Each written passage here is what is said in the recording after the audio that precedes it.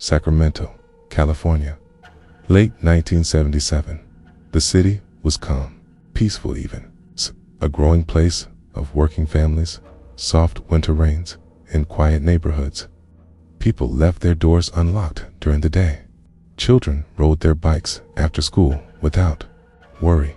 It was the kind of city where most crimes involved stolen bikes or bar fights, not bloodshed, not horror.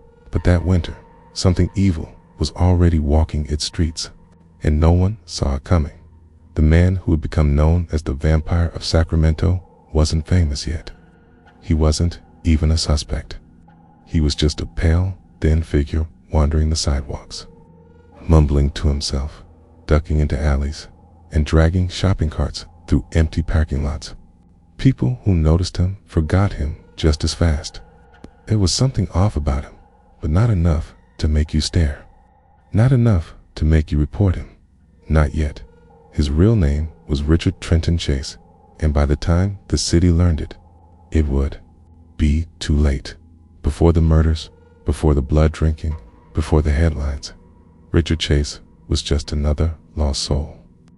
He had no job, no close friends, no permanent address. He was 27 years old and already deep in a spiral of untreated mental illness, violent obsession, and dark fantasies. People who knew him described him as distant, twitchy, detached from the world. He didn't talk about normal things. Instead, he talked about people trying to poison him. He believed his organs were disappearing. He said his heart was shrinking. He insisted someone had stolen the bones from his head, and he believed the only cure was blood. Richard Chase believed that drinking blood would keep him alive. He didn't hide this belief. It wasn't a secret fantasy. It was his reality. He spoke openly about it in hospitals. He shared his thoughts with doctors, family members, and the rare people who tried to help him. At one point, he was even institutionalized for injecting himself with rabbit's blood, an act that nearly killed him, but the help never lasted. Each time the system failed, doctors saw him, treated him, then released him, and each time, he got worse. By the end of 1977, Richard Chase was living alone in a run-down apartment. The walls were covered in filth. The refrigerator was filled with dead animals. Blood smeared the counters and sinks. He walked around naked, even in the cold. He refused to bathe. And when he did go out, he carried knives and strange tools in his pockets, items he believed were keeping him alive.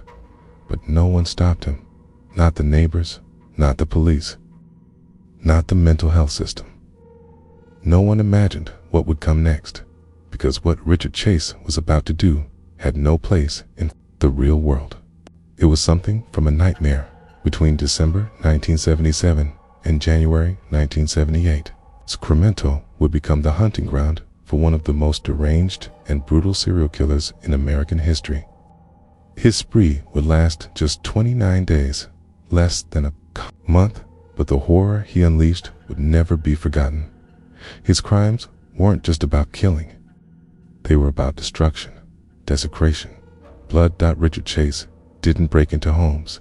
He didn't pick locks. He simply tried the door. If it was locked, he walked away. But if it was unlocked, he entered to him.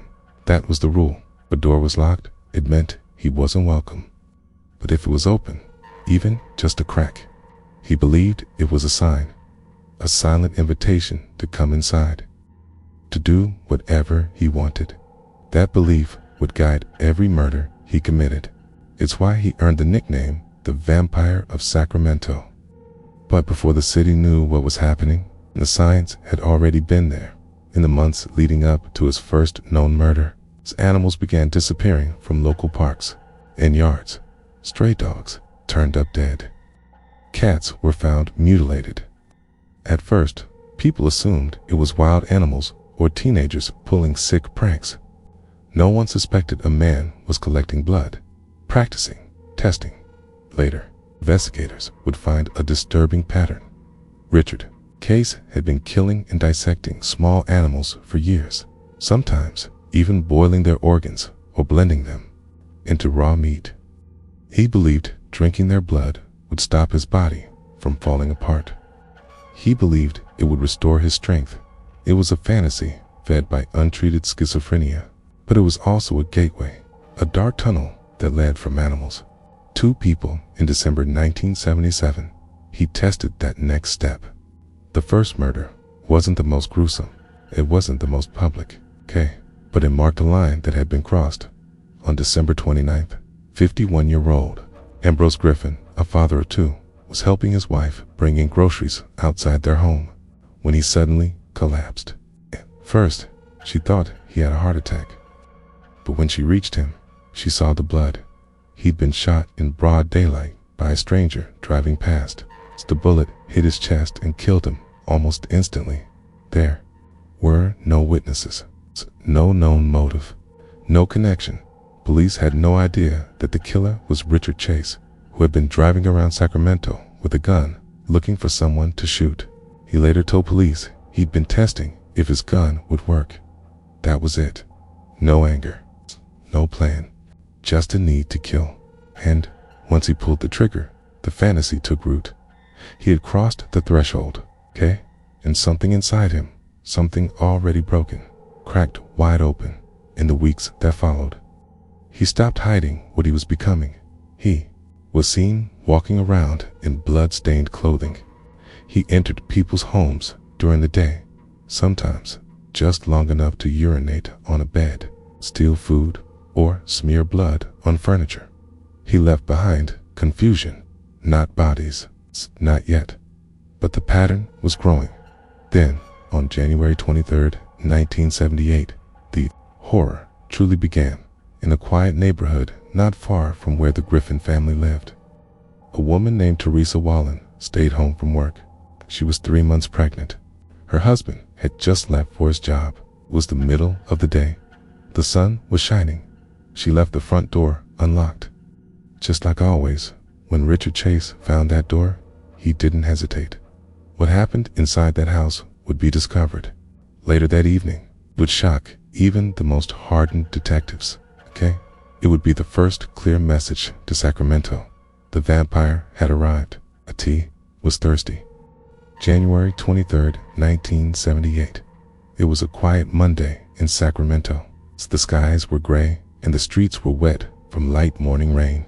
Across the city, people returned to work after the weekend. School buses ran their usual routes. Emily sat down too. Breakfast. Radios hummed in the background on a small, tree-lined street in the East Sacramento suburbs. Teresa Wallen was home alone. She was 22 years old, married, 3 months pregnant with her first child. She had taken a day off from work because she wasn't feeling well. Her husband, David, had gone to his job as a security guard. The plan was simple. She'd rest, do a bit of light cleaning, maybe walk to the store later. At around 10:30 that morning, C stepped outside to take out the trash. She left the front door unlocked. Inside the home, the atmosphere was calm. A record player sat silent in the living room. The dishes from breakfast were still in the sink. A half-finished cup of coffee rested near the telephone, in the corner. Her dog, a gentle German Shepherd mix, napped on a blanket. The front yard was quiet. There were no kids playing, no one walking their dog, no delivery trucks. And just a few blocks away, Richard Chase was wandering on foot. He wasn't wearing gloves. He wasn't carrying a bag, but in his coat pocket, he had a .22 caliber semi-automatic pistol. His clothes were stained and rumpled. His hair was greasy. His eyes were sunken and wild. He had already tried the doors of several homes that morning. Most had been locked. He moved on each time, quickly, quietly. But when he reached Teresa Wallen's house, something was different. The front door opened. She had just stepped back inside after taking out the garbage. He followed behind her without a word. There was no struggle in the entryway, no scream, no warning. The first bullet struck her in the hand as she raised it in defense. The second tore into her temple. She collapsed onto the carpet. The third and fourth shots were fired while she was already on the ground. To Richard Chase, it wasn't about rage or revenge. It was ritual. Okay.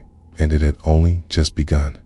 Over the next several minutes, he turned the quiet, cozy home into something unrecognizable. Investigators would later say what happened next was unlike anything they'd ever seen. The details are disturbing, but they are part of the truth. It's part of the story. Sacramento still remembers to this day. After killing Teresa, Kay dragged her body from the hallway into the bedroom. Kay retrieved a large carving knife from her kitchen. A man with a disturbing calmness. He mutilated her body. He made deep, jagged cuts to her abdomen. He reached into the wounds and removed organs, parts of the liver, kidneys, and intestines. I smeared blood across the walls. He stabbed her repeatedly, even after death, and then, with no emotion, he began drinking her blood. He used a yogurt cup from her trash bin as a makeshift vessel. He filled it with blood from her wounds. He sipped from it, slowly, then filled it again. He didn't rush. He didn't panic. To him, this wasn't a crime scene. It was medicine. It was survival in his broken mind. He believed his blood was disappearing. He thought his stomach was backward.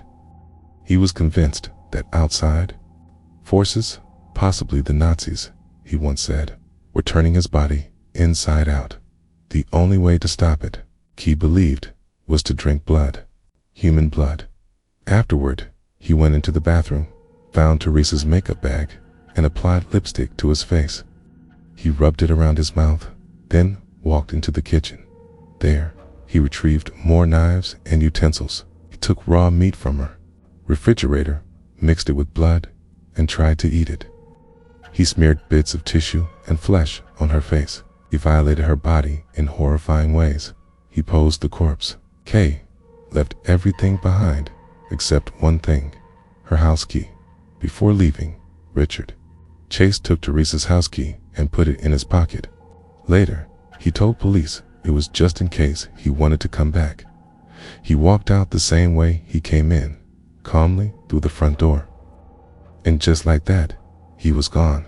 For several hours, no one knew what had happened inside the Wallen home. The street remained quiet. Mail was delivered. A neighbor took groceries inside. Birds returned to the yard. Then, around 6 p.m., David Wallen came home from work. At first, everything looked normal. A porch light was on. The car was in the driveway. But as soon as he stepped inside, something felt wrong.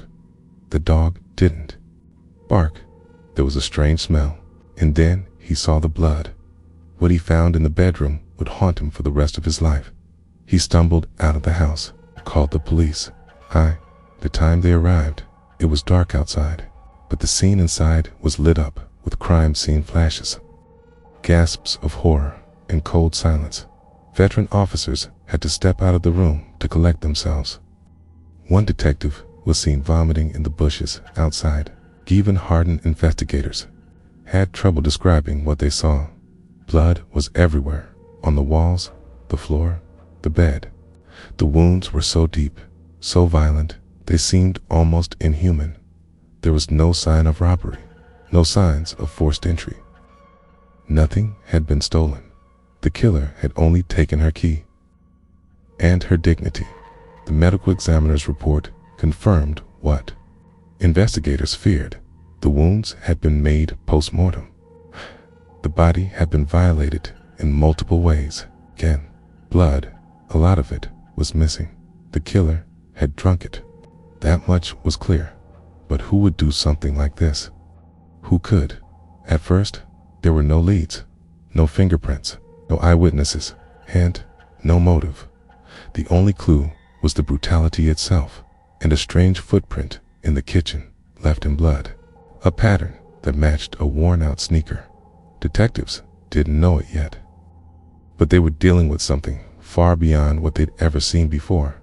Not a typical killer. Not even a typical serial killer. They were dealing with someone who had lost all connection to reality. Someone driven by hallucinations and madness. Someone who believed he was dying, and that killing was the only way to stay alive. 2 days later, a news report aired across California. A woman had been found brutally murdered in her home. Police believed the killer had entered through an unlocked door. They urged all residents to lock their doors day and night. Some listened, some didn't. No one could imagine the next crime would be even worse. But Richard Chase was already planning his next move. And the thirst hadn't gone away. In fact, it had only gotten stronger. The murder of Teresa Wallen sent a quiet shockwave through Sacramento. Not a loud public panic, not yet. There were no press conferences, no urgent neighborhood meetings, no headlines screaming about a blood-drinking killer. Not yet.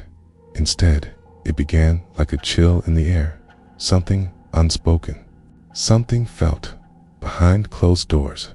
Detectives whispered about the scene. At the morgue, seasoned staff asked for extra breaks.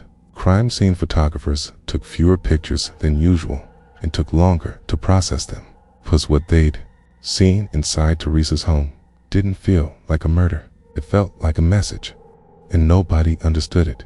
The initial investigation focused on the few facts that were clear. There had been no forced entry. The front door had been unlocked. The crime had taken place during the day, likely between 10:30 a.m. and noon. The weapon had been a .22 caliber handgun. Multiple shots had been fired. The wounds were horrific. But in the absence of a known suspect, detectives treated it like a break-in gone bad, a robbery, maybe, or a targeted act of violence. The idea that this was a random act of destruction committed by a stranger, in broad daylight, was too horrifying to consider. But that's exactly what it was. Richard Chase hadn't chosen Teresa because of a grudge. He hadn't stalked her, didn't know her name. He chose her because the door was open, because, in his mind, that was the sign he needed. And once the blood started flowing, he couldn't stop. But at the time, police didn't know who Richard Chase was. They didn't even know he existed. They followed every standard lead. They questioned David Wallen. They interviewed friends and co-workers. They asked the neighbors if they had seen anything unusual. Most hadn't. One neighbor mentioned hearing what she thought was a backfiring car. Another said she saw a thin man walking near the sidewalk, but didn't think much of it.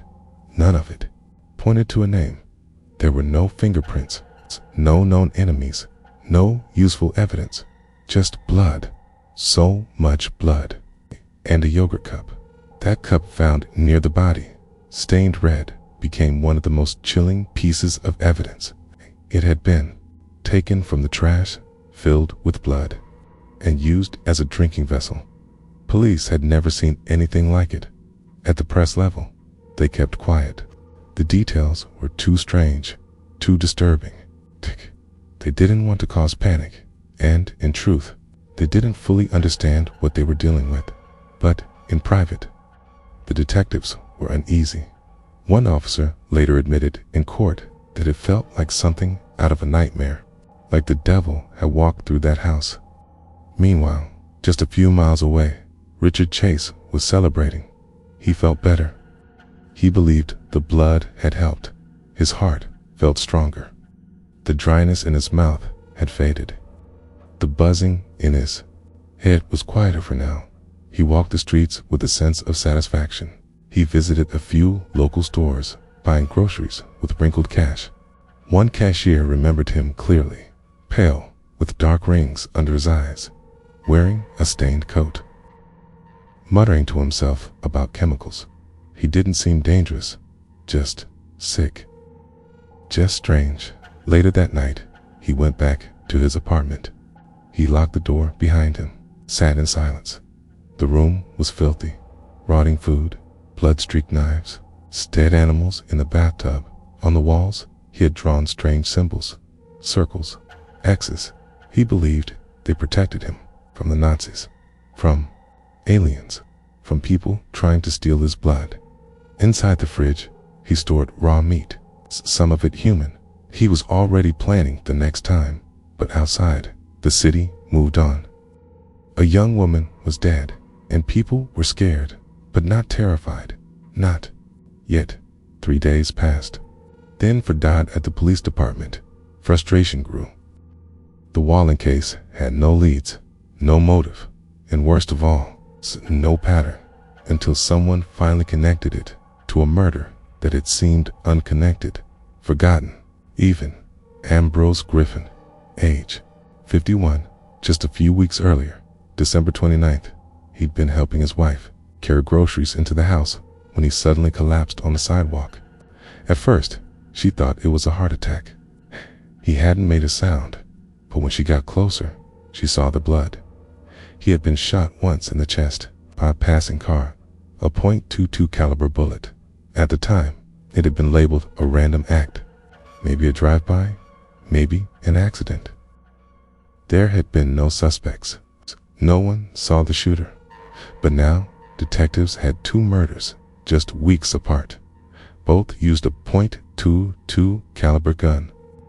Both were seemingly random. And both occurred during daylight.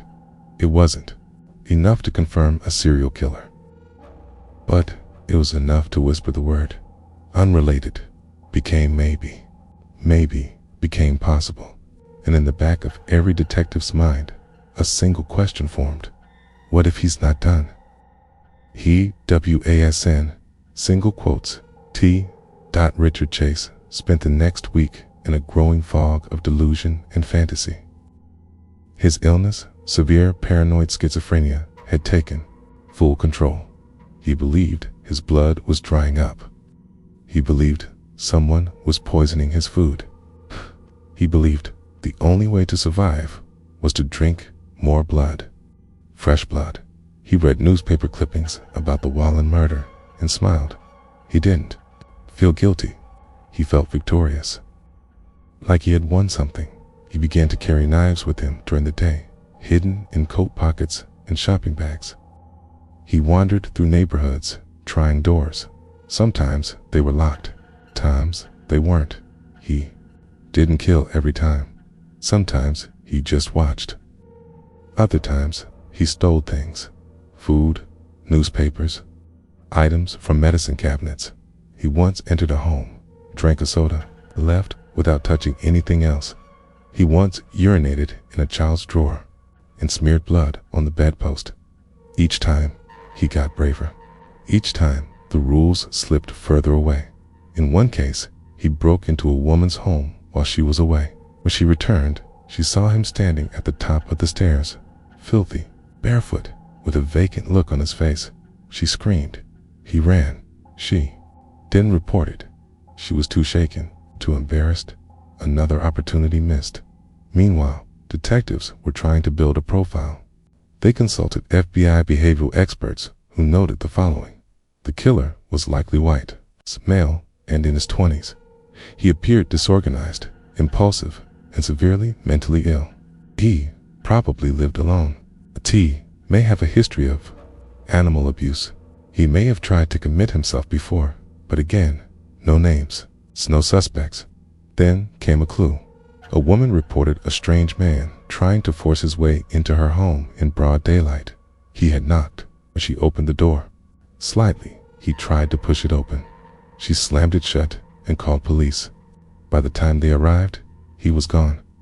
But she described him dirty, unshaven, with sunken eyes and a twitchy manner. And most importantly, he had been muttering about blood. The police took note. It wasn't enough. It was something.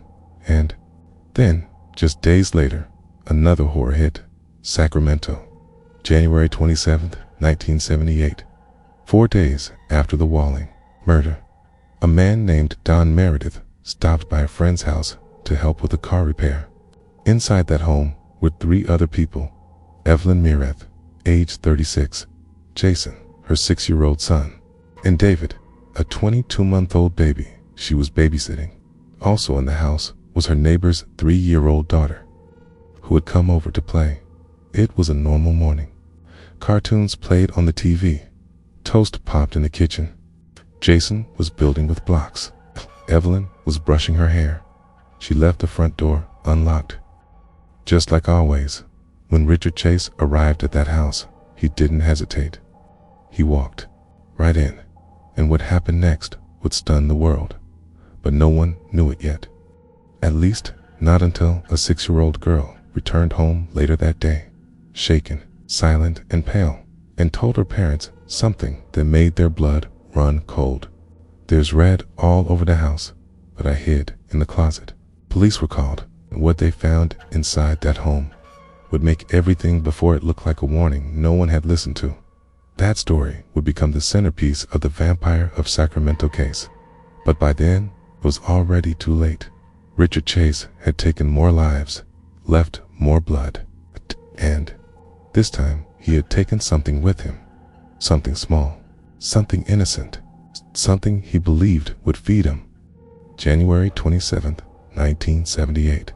It was a Friday morning in Sacramento, the kind of cool, quiet winter day where life hums along in small, invisible ways. TVs muttering cartoons in the background, coffee brewing on stovetops, children playing with Lincoln logs on thick carpet. On that morning, inside a small beige house on the 3200 block of Watt Avenue, a woman named Evelyn Meredith was settling into a routine day. Evelyn was 36 years old, a single mother, twice divorced, but holding it all together. She was described by friends as sweet.com, and endlessly patient, the kind of mother who knew how to hold chaos together with a gentle voice. That morning, she had a house full of people. Her 6-year-old son, Jason, was home from school. She was babysitting her 22-month-old nephew, David Ferreira, and the neighbor's 3-year-old daughter, who had come over to play. Her friend, Dan Meredith, 52, had stopped by to give her a ride to the store. Inside the house, the TV was on, breakfast dishes were in the sink, and Evelyn had just stepped out of the shower. She was wrapped in a bathrobe, brushing her hair. The front door was unlocked. She wasn't expecting any trouble. In another part of the city, Richard Chase had just woken up. If you can call it waking up, his sleep was more like a stupor, a blood-sick delirium where his thoughts spun in circles and his limbs twitched under thin blankets. His apartment was a rotting tomb, smeared blood on the walls, piles of animal organs in bowls, a bathtub filled with decaying entrails. The smell was unbearable to most. To Richard, it was normal, a protective shield he had already bathed in. Blood once, this week inside Teresa Wallen's home. Now, it helped for a while. The dryness in his veins had returned. He could feel his heart shrinking again. He needed more. And so, by 10:45 a.m., he stepped out into the Sacramento air. His revolver tucked into his waistband, his filthy jacket zipped tight.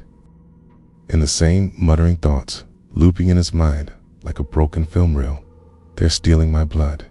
They're poisoning my body. They're trying to stop me from surviving. His eyes were ringed with black. His lips were cracked. His nails were stained. He hadn't bathed. He hadn't eaten. But he felt one thing clearly: he needed to feed. He wandered on foot, drifting between sidewalks and lawns like a ghost, trying door handles. Most were locked. One wasn't, and that house belonged to Evelyn Meredith. The exact moment he entered is uncertain, somewhere around 11 a.m. Investigators believe, but what happened next unfolded in a matter of moments. And the carnage that followed would leave law enforcement stunned, veteran detectives retching, and an entire community shattered. The first person he encountered was Dan Meredith, who had just stepped into the hallway from the garage. Keyes shot him point blank in the head with his .22 caliber pistol, killing him instantly. The impact blew Dan's body backward, and he crumpled in the entryway, his keys still in his hand. His body would later be found half in, half out of the front door, as if he had been trying to escape. The noise alerted Evelyn, who was still upstairs. She likely heard the first gunshot and froze. But Chase was already moving. He stormed up the stairs, erratic, twitching, gun in hand. Jason Meredith, Evelyn's 6-year-old son, ran into the hallway and Chase shot him twice in the head. The child collapsed instantly. Next was Evelyn, panicked and half naked. She tried to retreat to her bedroom. She didn't make it. Chase shot her once in the head and again in the chest. She fell to the floor near her bed, a bath towel still around her. Her body was found partially on her side, as if she had been trying to crawl away. Neighbor girl, who had come over to play, was in the room as well, but by sheer, miraculous instinct, she ran and hid in a closet. Chase didn't see her. She survived. But what Richard Chase did next defied every human instinct, every moral compass, every threshold of horror. 'Cause, like with Teresa Wallens, the killing was not the end. It was just the beginning. With Evelyn's lifeless body lying in the bedroom, Chase took his knife, one he had carried with him, and began mutilating the corpse. He removed internal organs. He used a yogurt cup, again, to collect blood and drink it. He stabbed her repeatedly. He slashed open her stomach. He violated the body post-mortem in a manner so grotesque that even hardened forensic examiners would later weep behind closed doors. He smeared blood on the walls.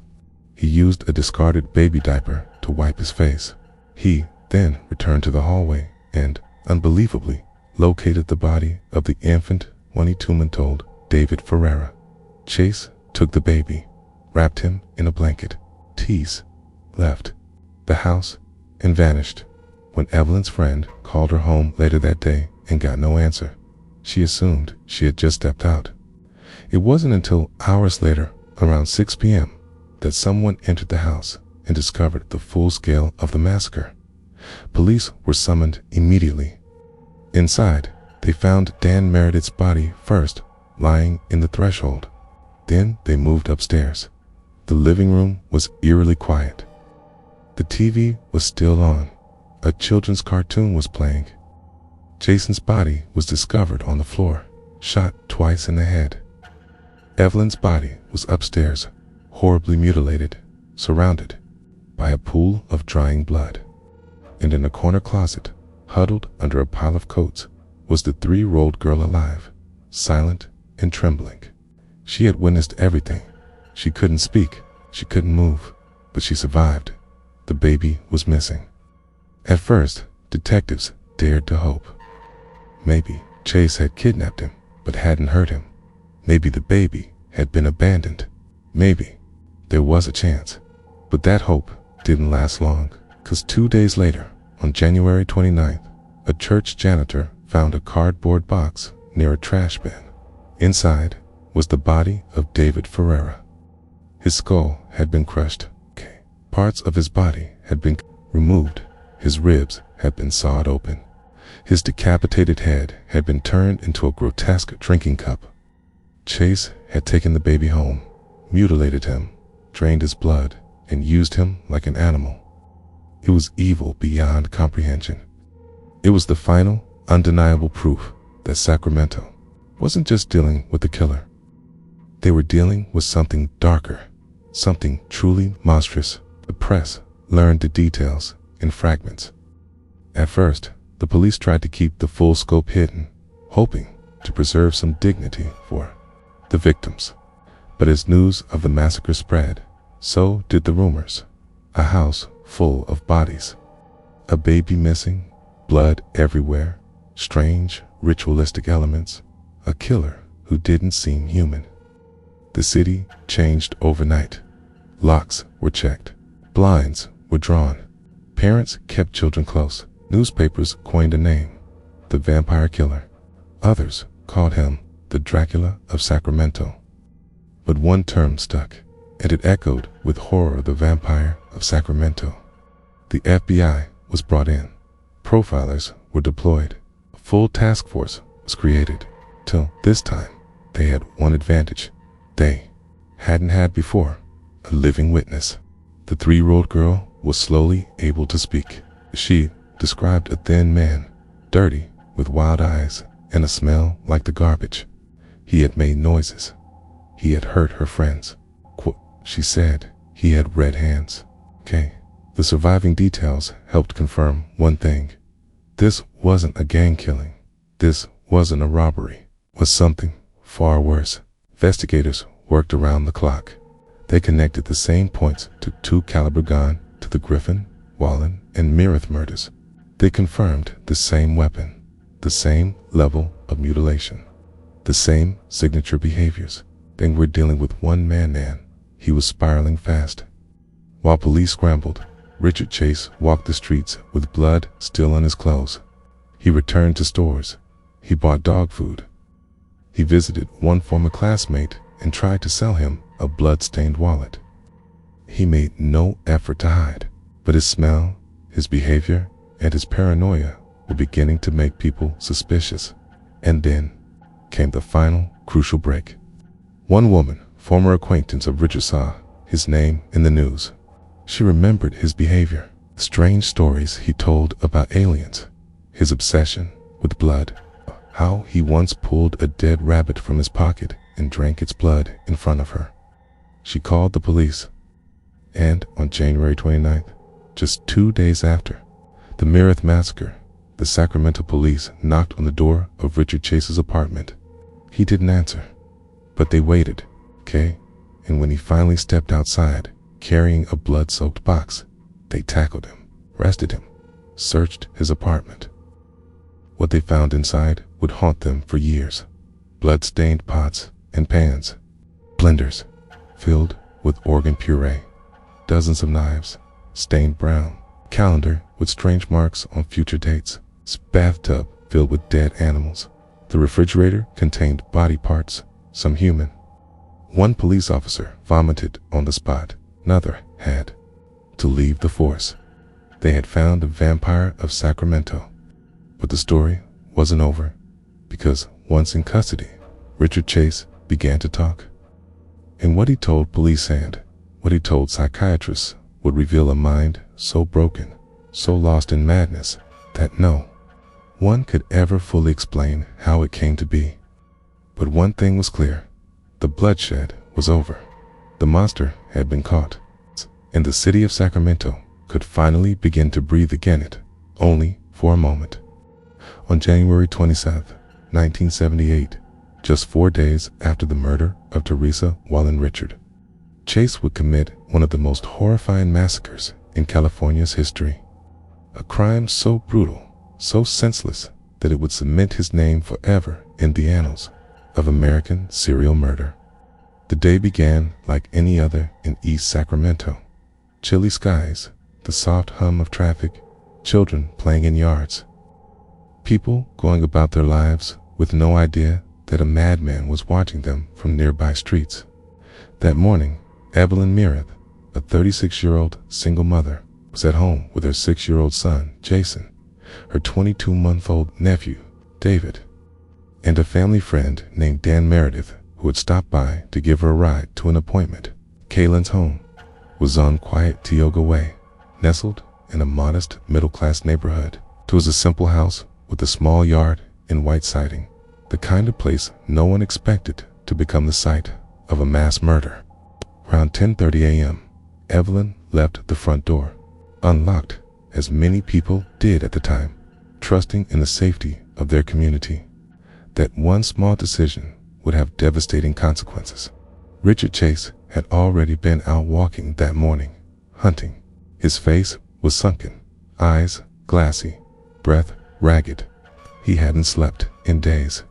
His clothes reeked of blood and rot, and his skin had taken on a yellow-gray hue. He was no longer trying to hide his behavior.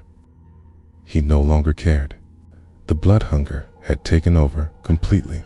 As he wandered Tioga Way, he noticed Evelyn's home. He saw Don Meredith's red station wagon parked outside and watched as Evelyn moved inside the house.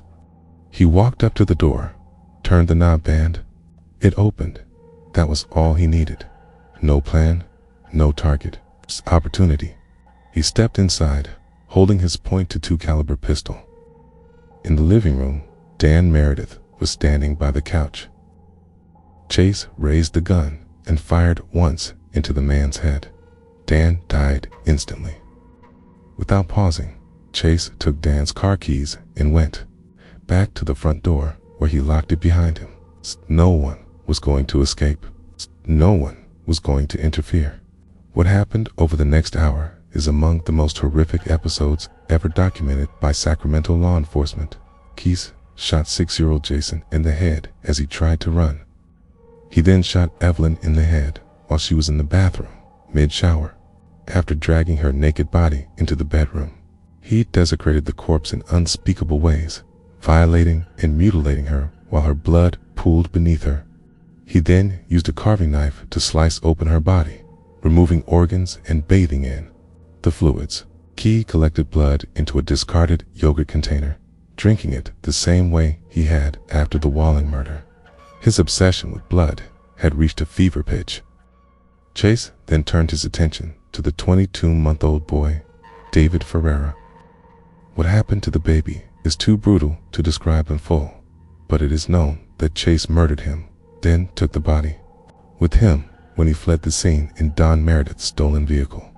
It would be hours before anyone would discover what had happened.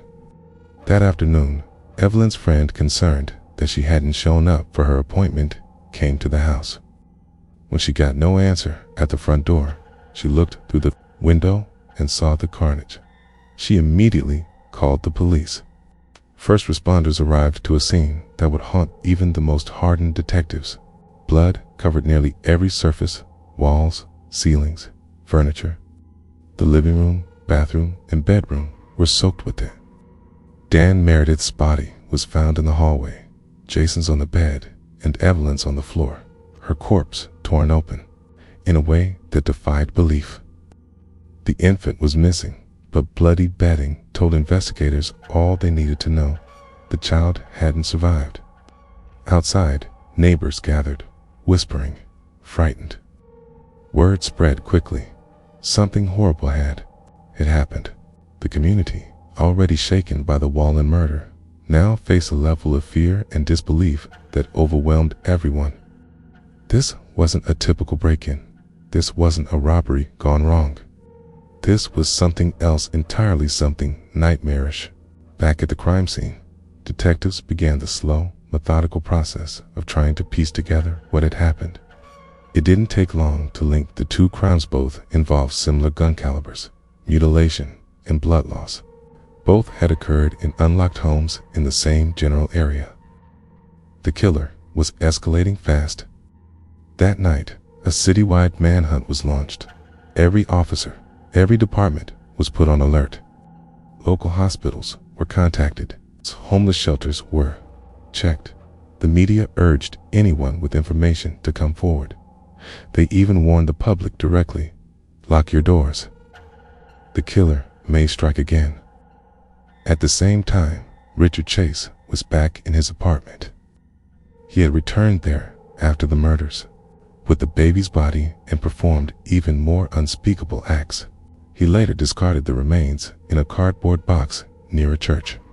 The next day, police would find the mutilated remains of 22-month-old David Ferreira in that box, further shocking the city and solidifying this killer as one of the most twisted minds they'd ever encountered. But investigators were starting to get lucky. Witnesses who lived near Evelyn Meredith came forward. They described a disheveled man leaving the area in a red station wagon, one that matched the description of Dan Meredith's stolen car. One neighbor had even seen the man's face as he walked past, staring straight ahead with cold, distant eyes. Working with a sketch artist, they produced a rough drawing. It wasn't perfect, but it was something. Then came the break. A woman named Nancy Holden came forward after seeing the sketch on the news. She told police about a strange man she had encountered in a shopping center days earlier, a man she had gone to high school with. He had approached her, looking sick and ragged, asking strange questions about blood. She had been so disturbed by the encounter that she left the store immediately. That man's name was Richard Chase. When police pulled his record, they found a long history of mental illness, hospitalizations, and disturbing behavior. He had once been institutionalized after injecting himself with rabid blood and claiming his heart had stopped beating. He had told doctors he believed his stomach was backwards. His behavior fit the killer's profile perfectly. Detectives quickly obtained a warrant and surrounded Chase's apartment. When they knocked, there was no answer. They waited, then forced entry. What they found inside was a nightmare. Bloodstains covered the floors, walls, sink, and refrigerator. Dirty dishes were filled with organs, blended flesh, and coagulated blood. The smell was overwhelming. Inside the fridge, they found animal parts and human tissue.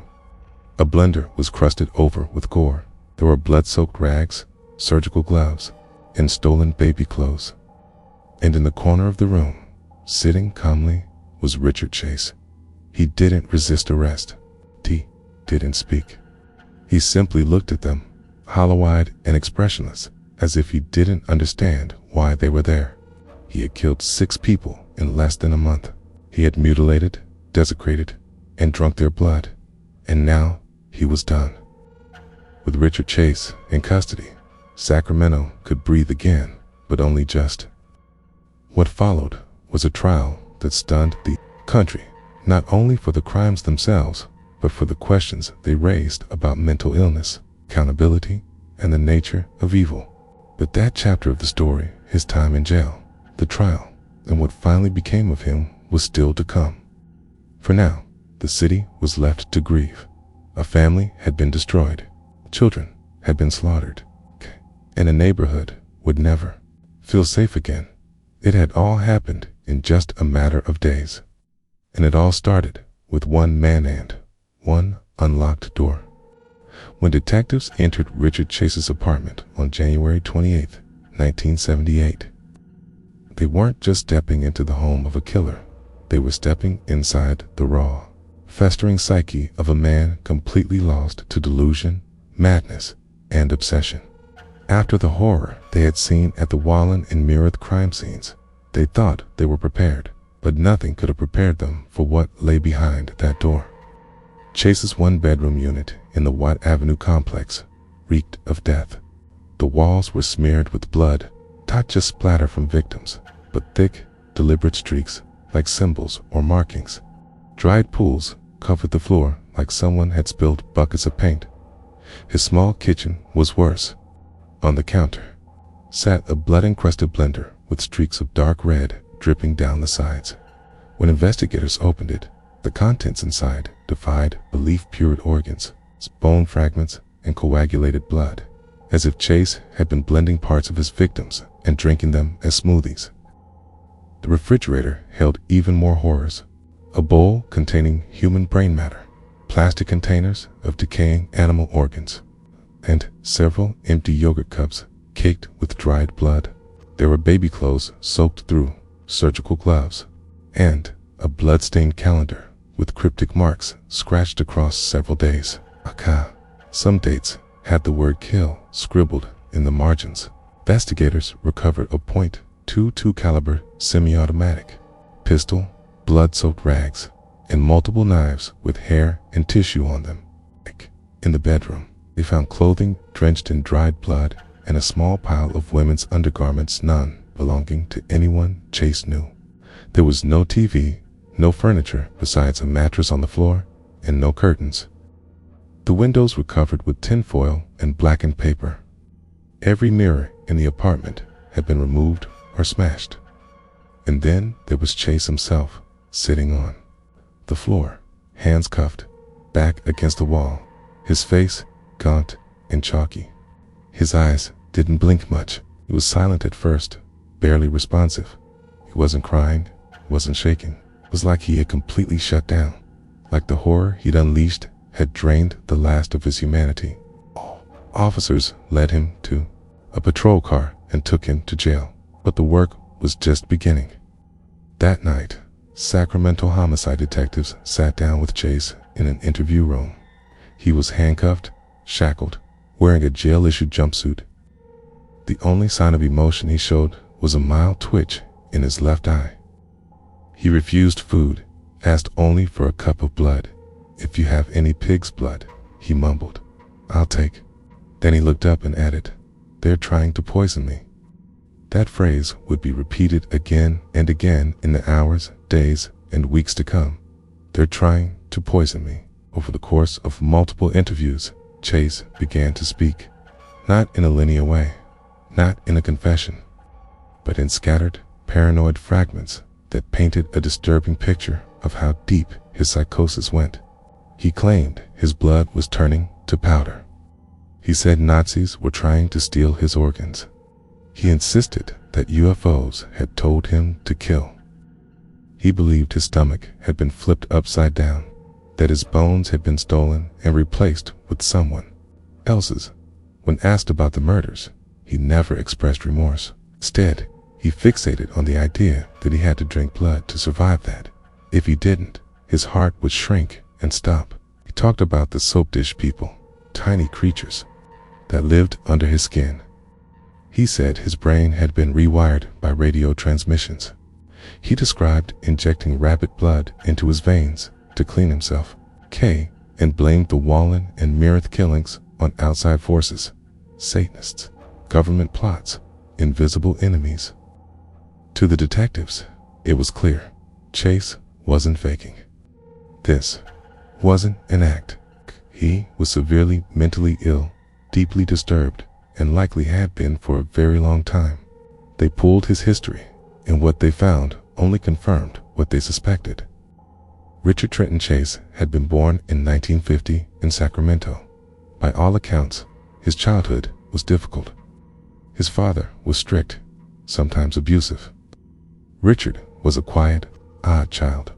He wet the bed well into adolescence, tortured animals, and set fires all behaviors that would later become known as part of the McDonald Triad, a set of warning signs often linked to future violent offenders.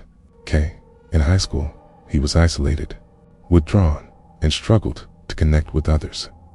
He began using drugs LSD, marijuana, amphetamines, and showed signs of paranoia even in his teens. He believed people were conspiring against him. He thought his blood was disappearing. As he grew older, his delusions deepened. He would often complain that someone had stolen his pulmonary artery. At one point, he shaved his head so he could watch the bones in his skull move. He once visited a doctor claiming someone had taken out his stomach. At 25, he was briefly institutionalized after injecting himself with rabbit blood and becoming violently ill. Doctors at the time diagnosed him with paranoid schizophrenia and noted his obsession with blood. They nicknamed him Dracula at the facility due to his fascination with the raw meat and consumption of blood from animals. At one point, he was found with bird carcasses in his room. He had broken their necks and drank their blood, convinced it would heal him. Despite this, he was released after several months with medication and minimal supervision. He fell through the cracks. Nobody followed up. No one made sure he continued treatment. And so, when he stopped taking his meds and descended further into madness, no one noticed. He began killing neighborhood pets, storing their remains in his apartment. He bought a gun, claiming he needed it for protection from creatures living in his walls. Neighbors complained about the smell, but nothing was done. The warning signs were everywhere, but in the 1970s, weren't systems in place to catch someone like Chase before it was too late. Now, the question became, how do you prosecute a man like this?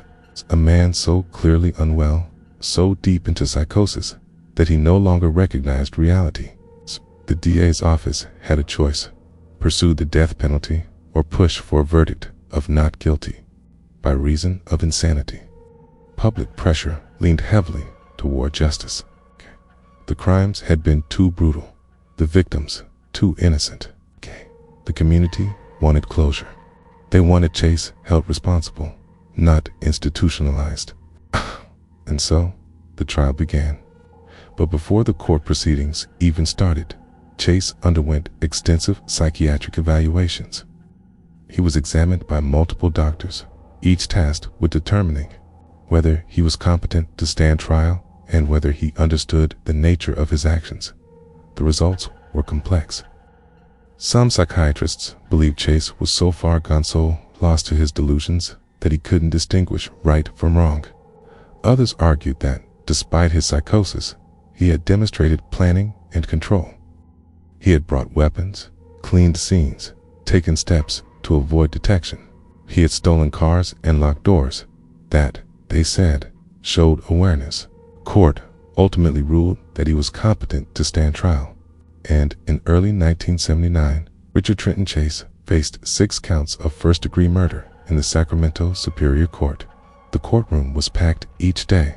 Journalists, family members of victims, psychiatrists, and curious citizens all crowded into watch the trial of the man now being called the Vampire of Sacramento. The name came from the press, who had learned about Chase's habits, his need to drink blood, his obsession with consuming organs, his belief that it would keep him alive. The trial was long, gruesome, and filled with graphic testimony. Medical examiners described the extent of mutilation. Crime scene photos were shown. Experts explained Chase's mental illness and delusions. Jurors saw the blood-covered blender, the calendar, the animal remains, the baby's clothing. Defense attorneys argued that Chase was insane, deeply schizophrenic, and should be committed to a psychiatric facility. But the prosecution countered that, insane or not, Chase had made choices. He had stalked his victims, entered unlocked homes, committed atrocities, and tried to get away. He knew what he was doing, and perhaps most chillingly, he had shown no remorse. Not once. After 5 months of testimony, the jury reached a verdict. On May 8, 1979, Richard Chase was found guilty on all 6 counts of murder. The jury rejected the insanity defense. The following day, they sentenced him to death in a gas chamber at San Quentin State Prison. Chase didn't react. He simply stared ahead, silent. In prison, he was isolated. Other inmates feared him. Some wanted to kill him. Others just called him Drac and avoided eye contact. He rarely spoke. When he did, he talked about poison, aliens, and government control. Guards reported he would hoard food and smear it on the walls of his cell. He refused showers. He told anyone who would listen that his brain had been stolen and replaced. In the end, Richard Chase would never face the gas chamber. On December 26, 1980, just a day after Christmas, he was found dead in his cell, an overdose of prescribed antidepressants. It was ruled a suicide. He had stockpiled the pills over several weeks and taken them all at once. Just like that, he was gone. A quiet, pathetic end to a man who had caused so much terror, so much pain. When news of his death spread, few mourned. Families of the victims expressed relief. Investigators who had worked the case felt justice had finally, in some way, been served. But the scars remained. The Wallen and Meredith families would never recover. Children were buried. Parents left grieving. Sacramento was never quite the same again. Richard Chase left behind no manifesto, no grand explanation. His apartment, his words, and his victims were all that remained. A portrait of pure, unchecked madness, fueled by neglect, delusion, and darkness. And it all started with an unlocked door. When Richard Chase was finally arrested on January 28, 1978, just one day after committing the massacre on Tioga Way, the police had no idea just how deeply disturbed he really was, or how much evidence of his crimes they were about to uncover. They had expected to find a man hiding, perhaps running, maybe even trying to destroy evidence. But instead, when officers forced their way into Chase's apartment after he refused to answer the door, they were hit with a wall of heat, rot, and the unmistakable smell of death. What they walked into wasn't a home, it was a scene out of a horror movie, the living space of someone who had completely descended into madness. The apartment was small, dimly lit, and filthy. Almost every surface was stained with blood. The walls were smeared with brown-red streaks, some of which appeared to be handprints or symbols. The floor was sticky. Trash and newspapers were piled knee-high in corners, and the furniture was ripped apart and soaked with bodily fluids. The first thing that caught their attention was the refrigerator.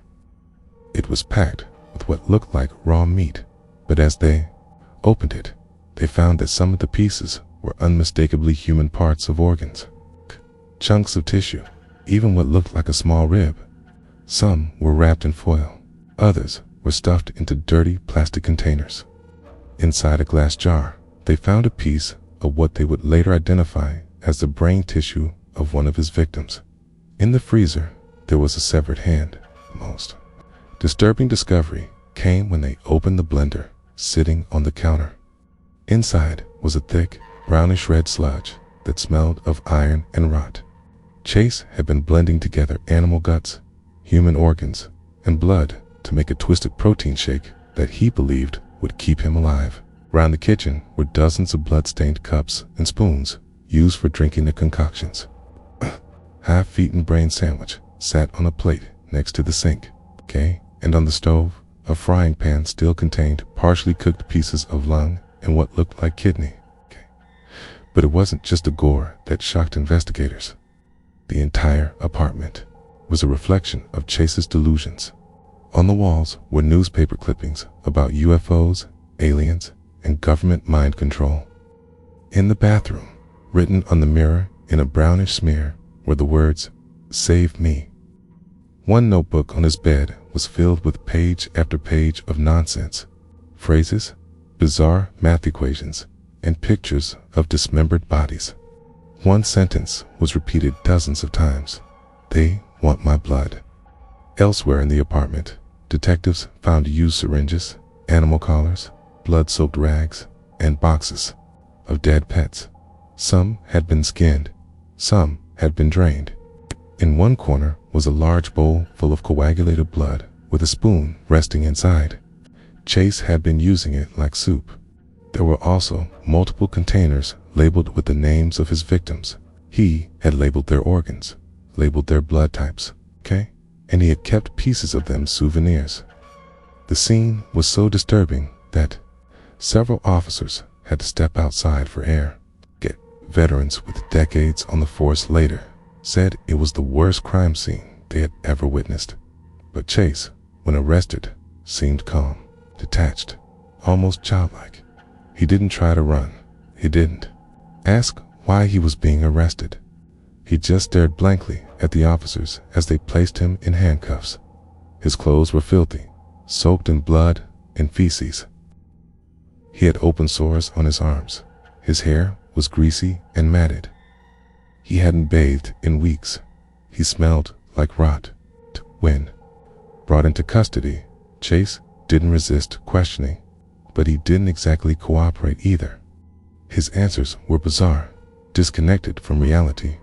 When asked about the murders, he didn't deny anything, but he didn't show remorse either. He spoke about needing the blood. He claimed his blood was turning to powder, that his heart wasn't beating, that his stomach was inside out. At one point, he told detectives that he had to drink the blood of others to survive because the Nazis were poisoning his food. He said he believed he was being hunted by aliens who controlled his thoughts through radio signals. He said he only killed people whose doors were unlocked because that meant he was invited.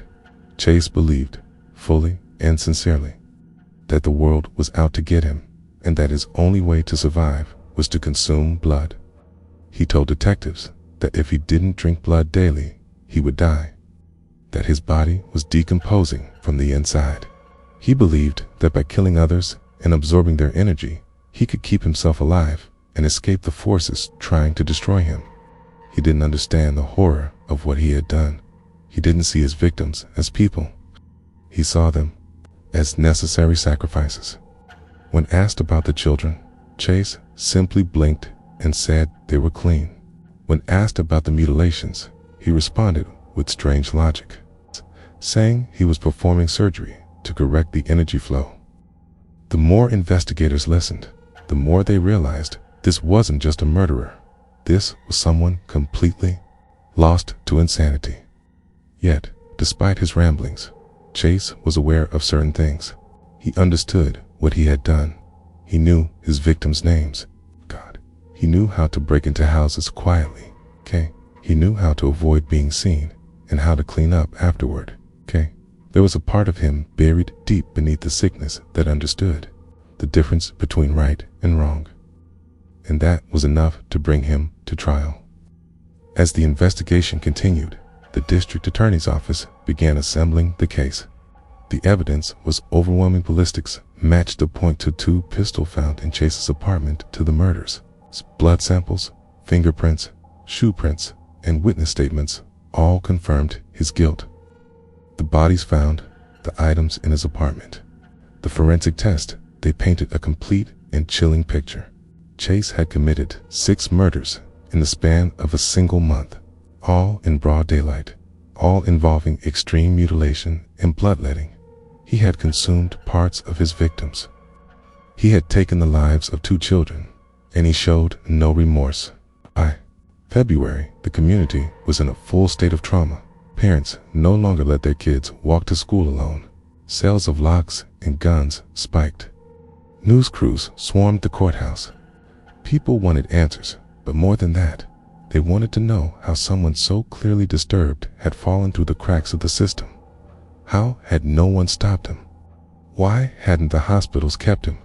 Why had he been allowed to buy a gun? Those questions would haunt Sacramento for years. Richard Chase's capture had stopped the killings, but the fear lingered. People weren't just afraid of monsters anymore. They were afraid of the system failing again, of someone like him walking free once more. Inside the jail, Chase was kept in solitary confinement. He refused to eat. He smeared feces on the walls. He talked to himself for hours. Guards reported hearing him screaming at night, sometimes laughing, sometimes crying. One guard said he found Chase curled in a ball, whispering about how his brain was shrinking and the voices were getting louder. He had clearly descended into another level of psychosis. Despite this, doctors evaluated him and declared him competent to stand trial. It was a controversial decision, but ultimately, the courts wanted justice for the victims, and Chase would face that justice head-on. The trial would begin in the months ahead. It would shock the country. The courtroom would become the stage where America saw the full face of madness, and where the terrible details of Chase's crimes would finally be laid bare. But for now, in the dark, blood-stained cell of the Sacramento County Jail, Richard Chase sat alone waiting. When the trial of Richard Trenton Chase began on January 2nd, 1979, the courtroom was packed with reporters, police officers, families of the victims, and members of the public who had followed every terrifying twist of the story in the newspapers. The man known as the Vampire of Sacramento was finally going to face justice, but for many, it wasn't clear what that justice should be. Was Chase a cold-blooded killer, aware of his crimes and choosing to commit them anyway? Or was he a deeply insane man, tormented by voices and delusions, a man so far gone he didn't even understand what he'd done? That question would become the heart of the case, and it would divide not just the courtroom, but the entire country. Chase was charged with 6 counts of first-degree murder. The prosecution, led by District Attorney Ronald Reagan, no relation to the president, argued that Chase knew exactly what he was doing. They said he planned his attacks, brought weapons and tools, carefully chose his victims, and showed signs of hiding evidence. They pointed to how he avoided locked doors, how he used gloves, and how he buried evidence after the killings. They said he wasn't acting randomly, he was methodical, even if his reasoning was twisted. But the defense painted a very different picture. They argued that Chase had been severely mentally ill for years and that the system had failed him. They showed medical records detailing his delusions, hallucinations, suicide attempts, and multiple stays in psychiatric hospitals. They brought in doctors who testified that Chase believed he was dying. that he thought his blood was turning to powder, that aliens were controlling his brain, and that he needed human blood to survive. They didn't deny that he killed, but they said he did it because he was insane, not evil. As the trial progressed, the jury was forced to sit through some of the most disturbing evidence ever presented in a courtroom. Crime scene photos showed the true horror of what Chase had done: bodies torn apart, blood sprayed across walls, organs removed and found later in his refrigerator. One photo showed the high chair where 22-month-old David Farah had been shot in the head before his body was mutilated and partially cannibalized. Witnesses wept on the stand as they described finding the bodies of their loved ones. Medical examiners explained in chilling detail how Chase had removed organs, drained blood, and consumed parts of his victims. The horror was so overwhelming that at least one juror had to step out of the courtroom to vomit. But perhaps the most unsettling part of the trial was Chase himself. Throughout the proceedings, he sat in silence, expressionless, staring at the floor. He was pale, thin, and twitchy. His eyes seemed empty. Sometimes he mumbled to himself. Other times he just sat motionless, as if the whole thing wasn't even happening. He didn't look at the families of the victims. He didn't cry, didn't smile. He just stared. His court-appointed psychiatrist testified that Chase believed his brain was being monitored through the fluorescent lights above him, that the courtroom was rigged with sensors that would explode if he told the truth. He believed the judge was an alien. At one point, Chase tried to hand his lawyer a small packet of macaroni and cheese he had saved from jail, insisting it was poisoned by the Nazis. The court allowed it to be examined. It wasn't poisoned, but it was soaked in urine. The prosecution used this behavior to suggest that Chase was putting on an act, trying to seem crazier than he really was. They said he was manipulating the system, but the defense insisted that this was just how far gone he had become, that he wasn't faking. He was lost. The jury listened for weeks. They heard about Chase's childhood, how he had been abused, how he had started killing animals, how he believed his heart would stop unless he drank blood. They heard from his mother, who admitted she had stopped his medications after he left the hospital, believing he could heal on his own. They heard from nurses who said Chase talked about wanting to blend raw organs into drinks so he could absorb life. But they also heard how he had purchased a gun legally, how he had driven from neighborhood to neighborhood, how he had waited until people were alone, and how he had always left the scene before police arrived. This was not someone wandering blindly in a psychotic daze. This was someone with a method, a pattern, and a motive, no matter how disturbing. After 5 weeks of testimony, the jury retired to deliberate. They were given one main question to answer. Was Richard Chase legally insane at the time of the murders? The law in California stated that a person could only be found not guilty by reason of insanity if they didn't understand the nature of their actions, or didn't understand that those actions were wrong. Wasn't enough to be mentally ill. They had to be completely unaware of right and wrong. And that was where Chase's fate hung. After just 5 hours of deliberation, the jury returned with their verdict: guilty on all 6 counts of first-degree murder. Richard Chase was found to be sane at the time of the killings. The courtroom was silent. No cheers, no cries, just the heavy weight of finality. The families of the victims sat quietly, tears in their eyes. Some held hands. Others looked down at the floor. Chase didn't react. He just stared, blinking slowly, as if he didn't understand what was happening. A few days later, during the sentencing phase, the jury handed down the ultimate punishment, the death penalty. Richard Chase was to be executed in the gas chamber at San Quentin State Prison. The judge agreed. Chase was transferred to death row shortly after the trial ended. But even as justice had been served in the eyes of the law, the wounds left by his crimes would never fully heal. Sacramento was still haunted. People double-locked their doors, never returned to the homes where the murders occurred. Others moved away entirely. The memory of what had happened, the blood, the children, the bodies would never be forgotten, and neither would Richard Chase. The trial had brought the full horror of his crimes into the light. And now the world knew what the Vampire of Sacramento had really done. But the question still lingered, heavy and uncomfortable. Was Chase a monster, or was he a man abandoned by the system, broken beyond repair, left to turn his madness into murder? There were no easy answers, just the facts, the scars they left behind. After the verdict and sentencing, Richard Chase was transferred to San Quentin State Prison, California's most notorious maximum security facility and home to the state's death row. But even behind the high walls and heavy bars, Chase's descent into madness did not stop. In fact, it intensified. Prison guards quickly noticed that Chase was unlike any other inmate. He was withdrawn, barely eating, and obsessed with rituals involving blood. He refused to shower, smeared his cell walls with his own feces, and often howled or screamed into the night. His mental health deteriorated rapidly.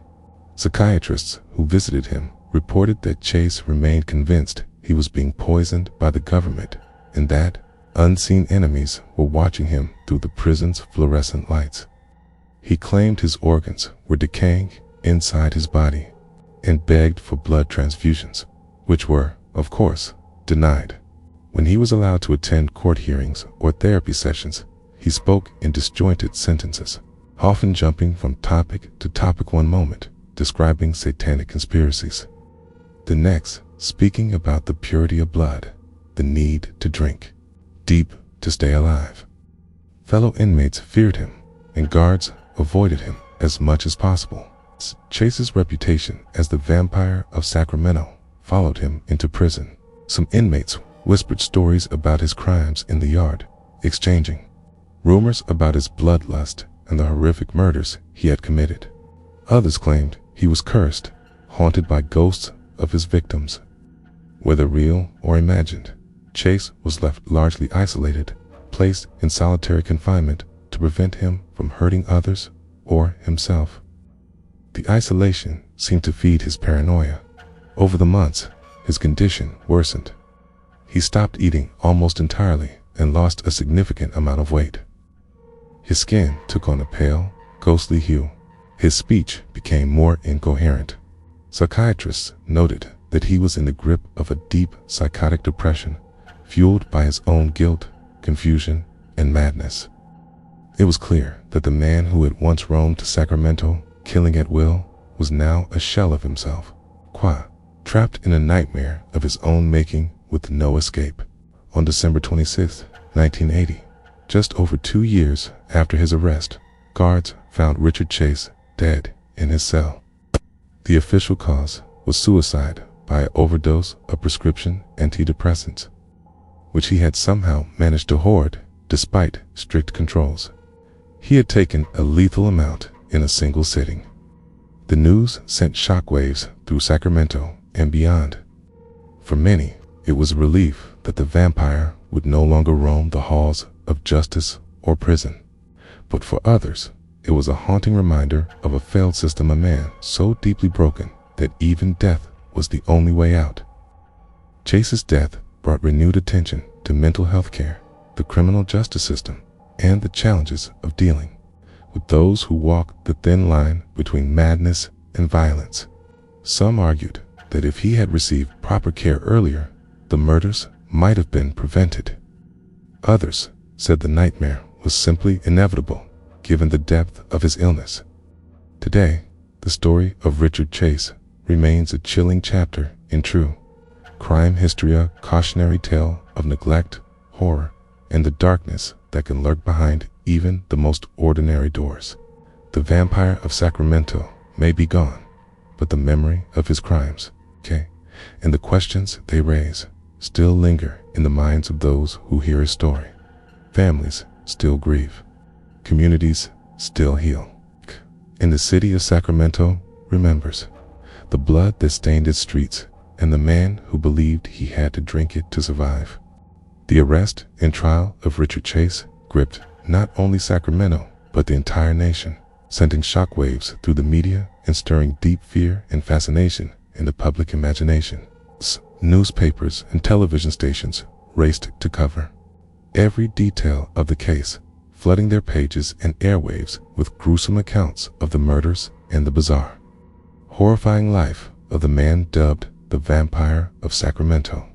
Headlines screamed about bloodlust, insanity, and the chilling fact that Chase only entered unlocked homes. A terrifying reminder to millions that a simple mistake like forgetting to lock your door could invite death itself. The media coverage was relentless.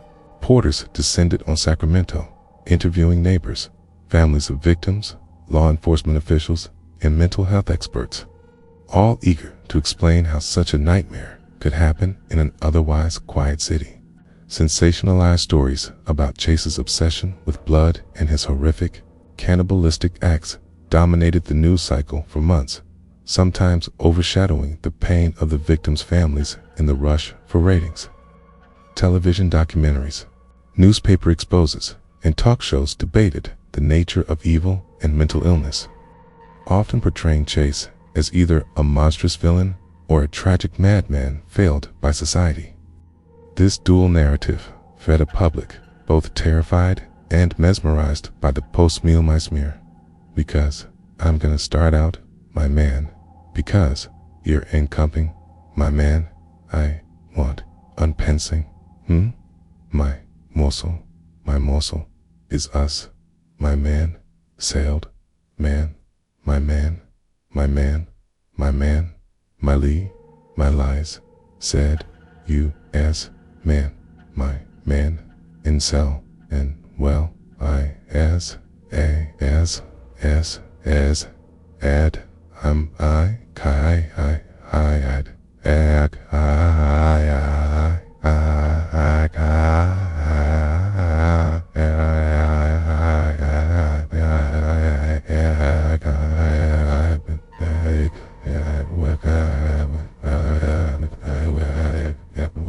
Case. Parents kept their children inside. Doors were double locked, and neighborhoods became eerily silent. Schools held assemblies to talk about safety. Community meetings urged residents to be vigilant. The fear was palpable and widespread. The case also sparked heated debates about mental health care and the criminal justice system's handling of people with severe psychiatric disorders. Experts questioned how Chase, with his long history of delusions and hospitalizations, had slipped through the cracks, legally purchased firearms, and ultimately killed 6 innocent people. Legislators and activists pushed for reforms to improve tracking and treatment of the severely mentally ill, while others called for harsher penalties for violent offenders regardless of mental state. In the years following the case, Richard Chase's story became a dark reference point in popular culture and criminal psychology. Books were written about him. Documentaries were produced. True crime podcasts analyzed his motives and mind in painstaking detail.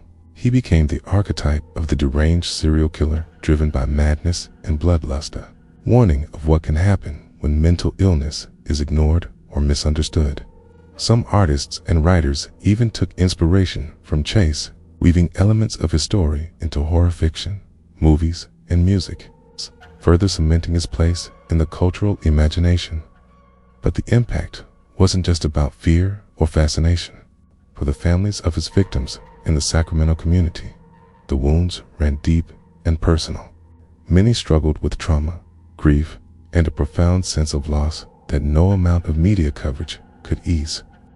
Memorials were held, and some families chose to move away, unable to bear living so close to the sites of such brutal violence. Others dedicated themselves to advocacy, working to improve mental health resources or raise awareness about the dangers of untreated psychosis. Law enforcement agencies took the case as a brutal lesson in the importance of interagency communication. forensic science, and mental health intervention. The Vampire of Sacramento case led to tighter regulations around gun ownership for those with psychiatric histories and pushed for better tracking of released mental health patients. To this day, Richard Chase remains one of the most notorious serial killers in American history, remembered not only for the horror of his crimes, but also for the deep societal questions his case raised. How do we balance justice and compassion? How do we protect communities without abandoning those who suffer from severe mental illness? And most chillingly, how close might any of us be to encountering a nightmare behind a door we forgot to lock? The story of the Vampire of Sacramento is a stark reminder that evil can hide behind the most ordinary faces and that sometimes the most dangerous monsters are those lost in the darkness of their own minds. Sacramento remembers, the nation learns, and the world watches on in uneasy fascination.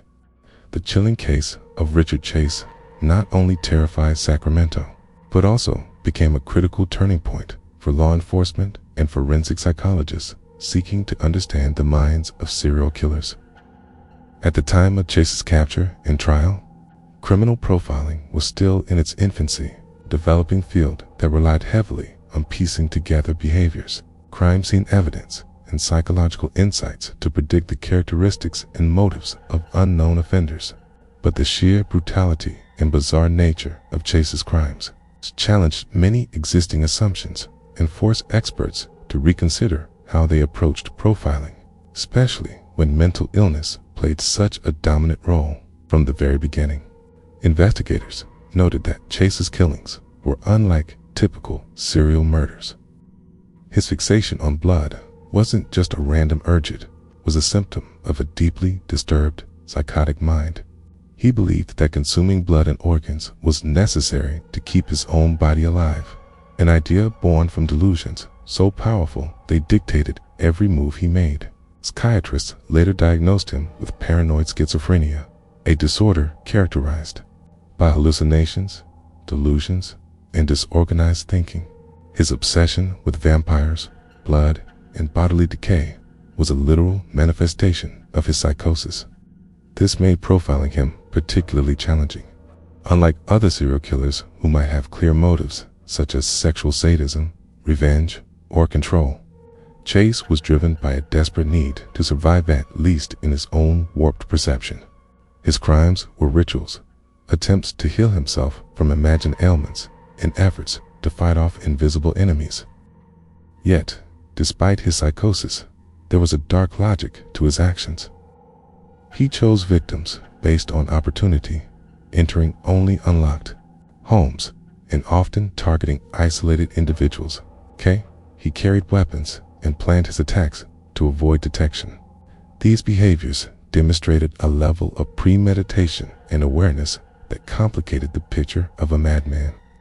Criminal profilers had to balance the evidence of severe mental illness with the clear science of methodical killing. This duality made Chase a unique case study, forcing the FBI and other agencies to expand their understanding of how mental illness intersects with violent criminal behavior. Profilers began to pay closer attention to the role of delusions and hallucinations in motivating crimes and to the importance of early psychiatric intervention in preventing violence. Chase's case also underscored the dangers of neglecting mental health treatment. Despite numerous hospitalizations and warnings from doctors, Chase had been released multiple times without adequate supervision or medication, allowing his psychosis to worsen unchecked. Profilers argued that earlier, more consistent treatment might have prevented his descent into murder. Beyond profiling, Chase's crimes influenced forensic psychology in practical ways. Investigators improved techniques for analyzing crime scenes where the perpetrator displayed ritualistic or psychotic behavior. They developed better methods for detecting signs of mental illness through interviews and behavioral analysis, learning to distinguish between calculated manipulation and genuine psychosis. Chase's bizarre rituals, the blending of organs, drinking blood, marking walls, became reference points in training law enforcement to recognize symbolic or delusional acts in violent crimes. Additionally, his case highlighted the need for improved communication between mental health facilities and law enforcement. Better sharing of information could flag dangerous individuals and prevent access to weapons. In the years following the case, federal and state agencies updated protocols for tracking patients with severe mental illnesses who might pose risks to themselves or others. Richard Chase's story also served as a grim reminder of the human cost of untreated mental illness. His victims, many innocent and vulnerable, were caught in the crossfire of a mind unraveling beyond control. Forensic psychologists studied the case not just to profile Chase, but to understand how to prevent future tragedies by recognizing early warning signs. Today, Chase remains a cautionary example in criminal profiling textbooks and forensic psychology courses around the world. His case is dissected for its lessons about the intersection of psychosis, violence, and neglected, the thin line that can exist between madness and monstrous acts. The Vampire of Sacramento showed the world that sometimes the most terrifying killers are not driven by hatred or revenge, but by delusions so powerful they override all sense of humanity. And that understanding those minds is crucial not just for catching killers after the fact, but for stopping the nightmares before they began. While much of the world focused on the terrifying figure of Richard Chase, it is the victim's 6 innocent people who bore the unimaginable horrors of his crimes. And their stories deserve to be remembered with dignity and compassion. Each of these victims had lives, families, and dreams that were cruelly shattered by the man known as the Vampire of Sacramento. Their deaths were not just statistics.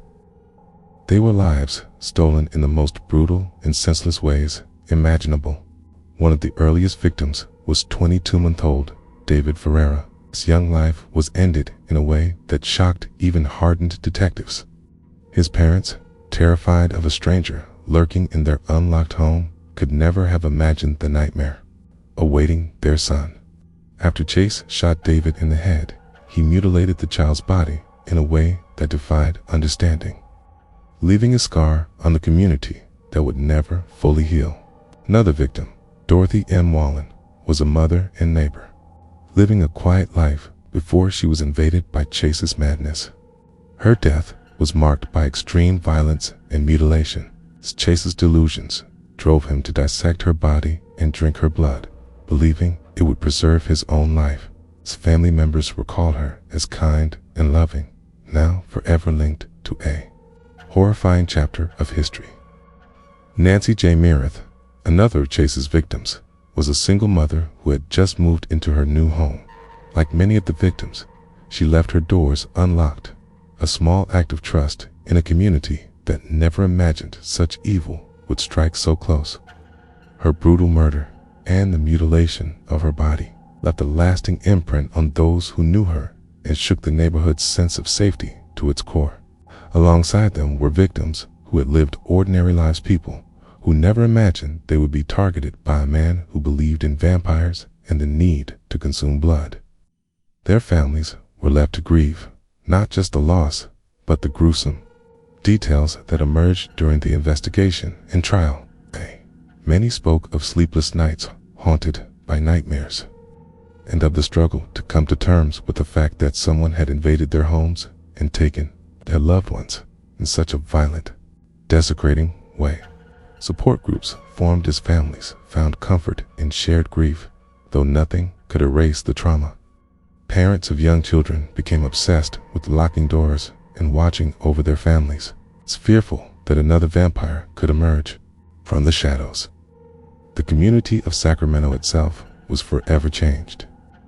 Streets that had once been safe and welcoming became places of fear and suspicion. Neighbors looked at each other with wary eyes. Some families moved away entirely, unable to live with the memories of the crimes committed so close to home. Memorials were erected in honor of the victims, serving as solemn reminders of the fragile nature of life and the evil that sometimes lurks behind ordinary doors. Local law enforcement officers who had worked the case carried the emotional weight for years. Many described it as the most harrowing case of their careers.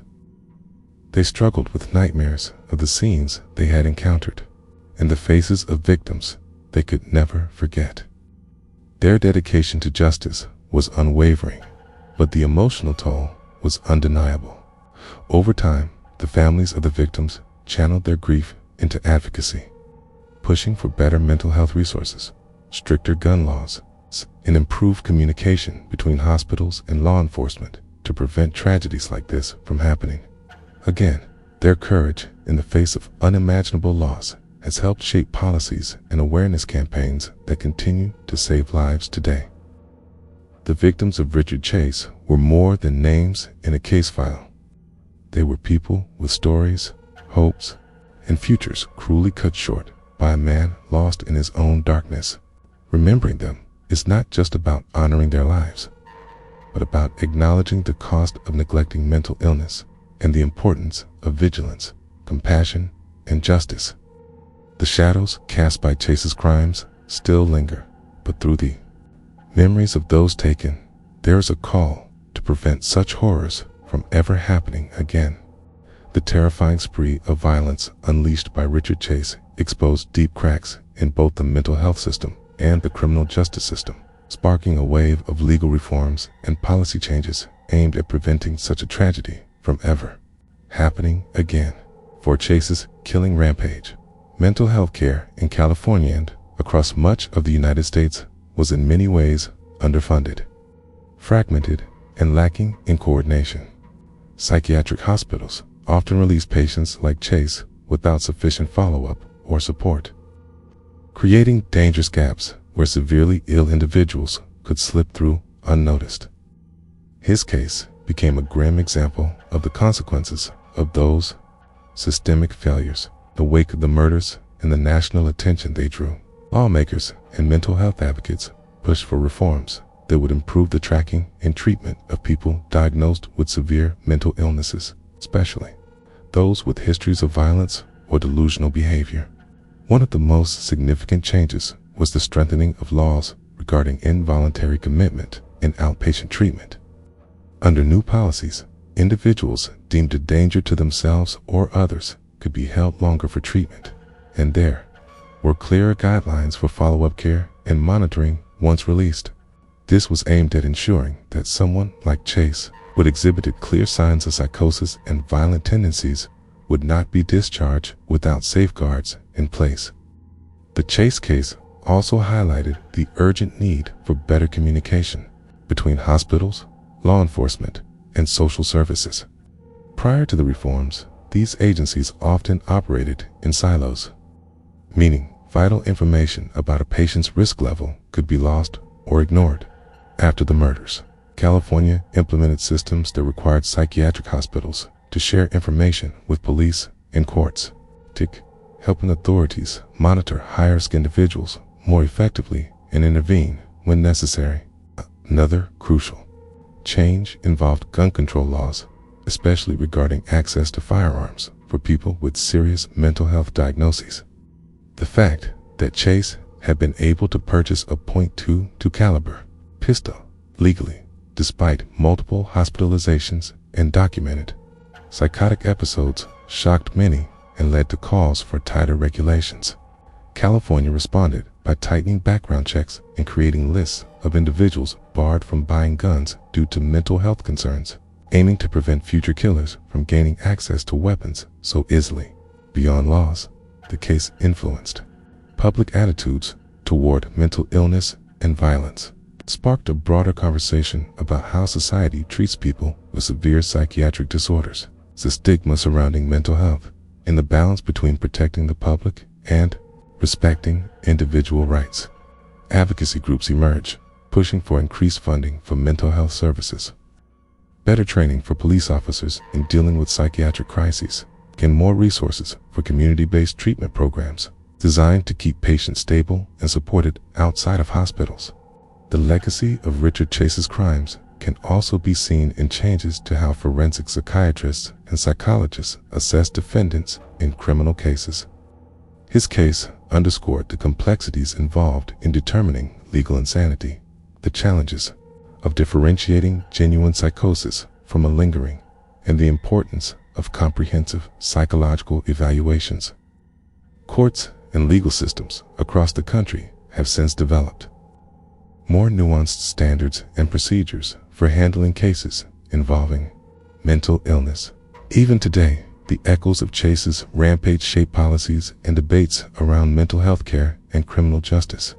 While no reform can undo the horrors he inflicted, the lessons learned from his case have helped shape a system better equipped to identify and manage high-risk individuals. Sacramento itself, while forever scarred by the events, became a focal point for mental health initiatives and community education programs aimed at reducing stigma and promoting early intervention. The chilling story of the Vampire of Sacramento stands as a stark reminder of what can happen when systems fail and when those in need of help are left unsupported. It has driven changes that continue to save lives, protect communities, and push for a more compassionate and effective approach to mental health and justice. But perhaps the greatest lesson of all is that vigilance, care, cooperation are essential in preventing tragedy. A lesson written in blood and sorrow, but one that still guides efforts to this day. To understand the man who would become the Vampire of Sacramento, it's essential to look back at the early years of Richard Trenton Chase's life, a story marked by neglect, mental illness, and disturbing behavior that foreshadowed the horrors to come. Richard was born on May 23, 1950, in Sacramento, California, into a family that on the surface appeared normal, but was in reality deeply troubled. His father, Ralph Chase, was an alcoholic who could be violent and unpredictable, often emotionally distant, and at times physically abusive. His mother, Beatrice, suffered from severe mental health issues herself, including bipolar disorder and depression, and was known to be controlling and overprotective. This volatile home environment created a breeding ground for fear, confusion, and isolation for young Richard. From an early age, Richard showed signs that something was wrong. He was a small, quiet child who struggled to make friends and often appeared withdrawn and anxious. Teachers noticed his tendency to daydream and his difficulty concentrating in class. But what worried his family and neighbors most were his strange behaviors and early signs of violent tendencies. As a child, Richard began killing small animals, including cats and dogs. Neighbors recall finding him wandering the streets with dead birds or injured animals, sometimes mutilated in cruel ways. This early animal cruelty was a classic red flag for future violent behavior, a warning sign that went largely unaddressed. Alongside these acts, Richard was plagued by terrifying hallucinations and delusions, even as a child. He reportedly believed that the world was coming to an end, that his blood was drying up inside his veins, and that he had to perform rituals to keep himself alive. These bizarre beliefs isolated him further, making him an outcast among his peers and a source of concern for his family. His mother, in particular, was obsessed with controlling Richard, at times locking him in rooms or punishing him harshly. Some say that Beatrice's own mental illness and paranoia may have worsened Richard's condition. As the line between caregiver and tormentor blurred, despite these warning signs, Richard's family never sought consistent psychiatric help for him during his formative years. School counselors recommended evaluations, but the parents were reluctant, and the stigma surrounding mental health in the 1950s and 60s often kept such issues hidden or minimized. By the time Richard was a teenager, his behavior had become increasingly erratic. He was expelled from several schools due to disruptive behavior and threats toward classmates. He began drinking heavily and experimenting with drugs, further destabilizing his fragile mind. His paranoia grew. He believed that neighbors and strangers were spying on him, that secret agents were after him, and that his heart might stop beating at any moment. As a young adult, Richard attempted suicide several times, including a serious overdose in 1972 that landed him in a psychiatric hospital. His stays in mental institutions were often brief and marked by medication, non-compliance, and violent outbursts.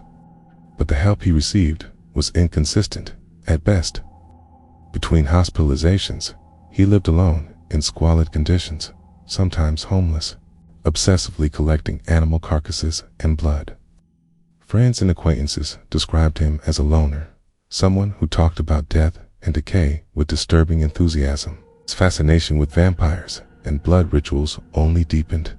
Psychiatrists later noted that his paranoid schizophrenia was so severe that he was disconnected from reality for long periods, making treatment extremely challenging. Despite warnings from doctors, he was released from hospitals multiple times, often against medical advice, and was free to roam the streets, armed and dangerous. His family's history of mental illness, combined with childhood abuse, neglect, and social isolation, created a perfect storm that contributed to his descent into madness and violence. The early years of Richard Chase's life revealed a tragic pattern of missed opportunities to intervene, to provide support, and to prevent the terrible path he would follow. Understanding these origins doesn't excuse his actions, but it does shed light on the complex and often heartbreaking nature of mental illness and the critical importance of early care. It's a chilling reminder that monsters sometimes begin as broken children, lost in a world that failed to protect them. Richard Chase's killing spree was marked not only by his horrific motives, but also by the chilling way in which he meticulously planned and executed his attacks, using a variety of weapons and methods that revealed a disturbing blend of calculated brutality and psychotic ritual.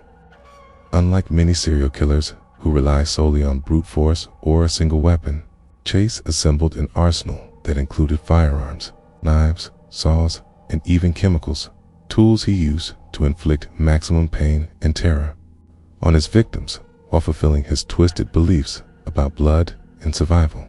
The most commonly used weapon in his attacks was a .22 caliber pistol, Chase purchased legally despite his history of mental illness, the fact that later sparked outrage and calls for stricter gun control. He used this firearm to kill his victims swiftly, often firing multiple shots to ensure death. However, the gunshot was only the first step in a gruesome ritual that followed. After killing, Chase would move to mutilate the bodies, slicing open the skin with kitchen knives and butcher saws. Organs were removed and sometimes placed in containers he carried with him, including coolers and jars. But these acts were not random. They were part of his delusional belief that by consuming the blood and organs of others, he could replenish his own failing body and stave off death. He was reported to have blended organs into drinks he consumed in a desperate bid to absorb life, an act that horrified investigators and medical examiners alike. Chase's methods extended beyond violence to include bizarre behaviors designed to conceal evidence and avoid detection. He was known to enter only unlocked homes, carefully avoiding locked doors to minimize noise and potential witnesses. After the murders, he sometimes tried to clean up or rearranged the crime scenes, though often his efforts were half-hearted or clumsy, reflecting his unstable mental state.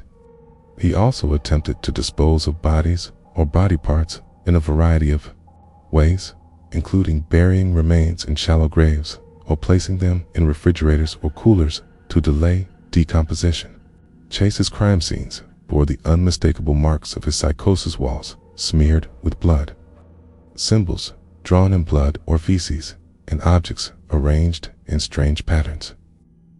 These ritualistic acts were part of his attempt to make sense of his delusions, creating a world where he could control death and decay.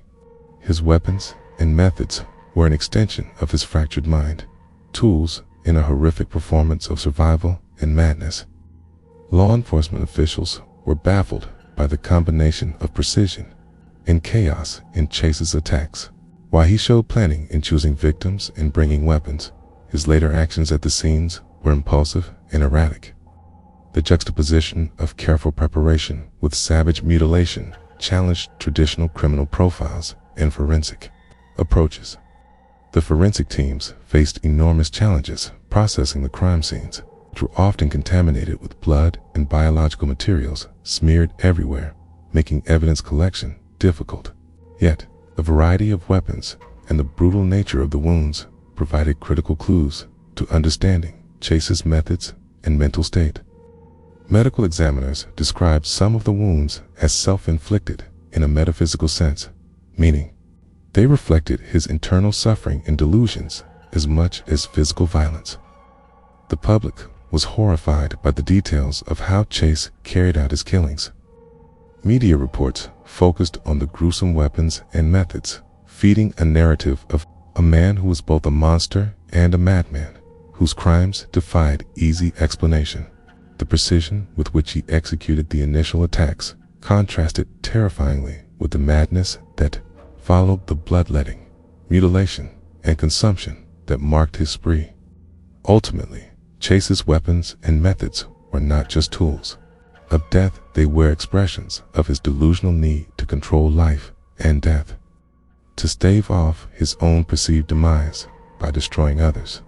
His killing spree was a dark ritual of survival gone horribly wrong, a nightmare where violence and madness were inseparable.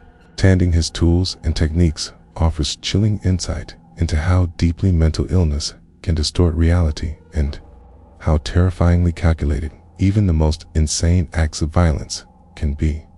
From the very first reports of gruesome murders and mutilations, law enforcement officers in Sacramento were plunged into one of the most complex and chilling investigations in the city's history. The brutality of the crimes, the bizarre rituals involved, and the random nature of the attacks left detectives struggling to find a pattern or suspect. Yet, with relentless determination and painstaking work, the police slowly began to piece together the horrifying puzzle that would eventually lead them to Richard Chase. The investigation was a race against time as fear gripped the community. Officers canvassed neighborhoods, interviewing terrified residents who had discovered or heard about the horrific scenes inside their unlocked homes. Crime scenes were meticulously combed for evidence, despite the challenging conditions of blood-soaked walls and scattered body parts. Forensic teams worked around the clock analyzing ballistic evidence from the .22 caliber pistol shells found at multiple scenes, matching them to weapons recovered near the areas of the attacks. Witness statements revealed a pattern: a slender, pale man often seen lurking around neighborhoods, someone who avoided locked doors and showed signs of nervous behavior. These descriptions, combined with physical evidence, narrowed the suspect list but didn't immediately point to Chase. The breakthrough came when police connected Chase to several previous violent incidents and psychiatric hospitalizations. Officers discovered that Chase had a history of erratic behavior, hospital admissions for paranoid schizophrenia, and recent attempts to purchase firearms legally. Surveillance and interviews revealed that Chase was known locally as a recluse with disturbing tendencies, often seen talking to himself and exhibiting paranoia. Investigators also uncovered chilling physical evidence in Chase's home, a small apartment filled with animal carcasses, blood-stained clothing, and containers that matched descriptions of those used at crime scenes. His collection of macabre items was a clear sign that they had found their man. The moment of arrest was tense and dramatic. Police surrounded Chase's residence, wary of his mental state and potential for violence. When officers entered, they found him disoriented but cooperative, surrounded by the disturbing remnants of his delusions. The arrest marked the end of the killing spree, but the beginning of a new chapter filled with legal battles and psychological assessments. Throughout the investigation, detectives faced not only the challenge of gathering evidence, but also the emotional toll of confronting unimaginable violence and cruelty. This case pushed forensic science and police procedures to new limits, requiring close cooperation between local police, forensic experts, and mental health professionals. Media coverage was intense, with every new detail adding to the public's horror and fascination. Sacramento breathed a collective sigh of relief, knowing the Vampire of Sacramento had been caught. But the scars left by the investigation and crimes lingered. The capture of Richard Chase demonstrated the critical role of meticulous police work, forensic innovation, and community cooperation in solving complex and terrifying crimes. It also highlighted the dark consequences of untreated mental illness and the challenges of recognizing danger before it strikes. The investigation into the vampire's reign of terror remains a case study in law enforcement history, a chilling reminder of what can happen when madness and violence collide and how justice must pursue even the darkest nightmares to protect the innocent. The trial of Richard Chase was not only a legal battle over guilt and punishment, but also a profound struggle to understand the depths of a mind shattered by severe mental illness. As the courtroom filled with the families of victims, law enforcement officials, reporters, and an anxious public, the focus quickly turned to psychiatric testimony that would determine whether Chase was legally sane and therefore responsible for his brutal crimes. Defense attorneys brought in leading mental health experts who described Chase as the textbook case of paranoid schizophrenia, man gripped by terrifying delusions, hallucinations, and uncontrollable psychosis that robbed him of any true grasp on reality. They argued that his violent acts were not motivated by malice or intent, but were the tragic consequences of a mind consumed by illness. These experts detailed how Chase believed he was under constant attack by shadowy forces, trying to poison his blood and destroy his body. His rituals of blood, drinking, and mutilation were explained as desperate, misguided attempts to heal himself from invisible wounds. They emphasized that his ability to plan or execute his crimes was overshadowed by his delusions and paranoia, making him incapable of understanding the nature or wrongfulness of his actions. The prosecution, however, painted a different picture. They highlighted Chase's calculated behavior, his deliberate entry into unlocked homes, his methodical killing with a firearm, and his efforts to conceal evidence as proof that he knew what he was doing and that he was fully aware that his acts were wrong. Prosecutors argued that while Chase suffered from mental illness, it did not excuse his cold, calculated actions that terrorized an entire community. They called their own mental health experts who testified that Chase's psychosis did not remove his criminal responsibility. The courtroom became a battleground of expert opinions, with heated debates over the legal standards of insanity and culpability.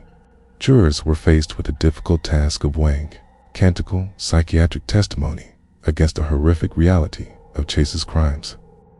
The trial delved deeply into the question of whether mental illness should absolve someone of responsibility, or whether public safety and justice demanded accountability regardless of psychological state. Testimonies from survivors, witnesses, and families added a human dimension to the proceedings, reminding everyone present of the real cost of Chase's actions. His chilling demeanor on the stand, marked by erratic behavior and incoherent ramblings, only underscored the depth of his illness and the tragedy of the entire situation. After weeks of testimony and deliberation, the jury found Richard Chase guilty of 6 counts of first-degree murder. However, the legal battle did not end there. His defense team immediately filed appeals, arguing that the verdict failed to fully consider his insanity. The case set precedents for how courts handle defendants with severe mental illnesses, prompting changes in legal approaches to insanity defenses across the country. The trial of Richard Chase became a landmark case in forensic psychiatry and criminal law, illustrating the profound challenges of balancing compassion for mental illness with the need for justice and public safety. It exposed the gaps and tensions within the legal system when confronted with crimes committed by the mentally ill, and sparked ongoing discussions that continue to influence how courts evaluate similar cases today. The courtroom drama surrounding the Vampire of Sacramento was more than a trial. It was a profound confrontation with the darkest edges of the human mind and the limits of law and morality. The legacy of that trial still echoes in legal textbooks, psychiatric evaluations, and the memories of all who witnessed it. A chilling testament to the complex and tragic story of Richard Chase. The terrifying reign of Richard Chase left an indelible mark not only on the city of Sacramento, but also on the fields of forensic psychology, criminal investigation, and public safety, forever altering how professionals approach cases involving severely mentally ill offenders and how society understands the complexities of such crimes. Prior to Chase's killing spree, forensic psychology was still developing as a discipline, and mental illness was often viewed simplistically or ignored in criminal investigations. But the horrific nature of Chase's crimes, combined with his deeply disturbed mental state, forced experts in law enforcement to rethink their methods and assumptions.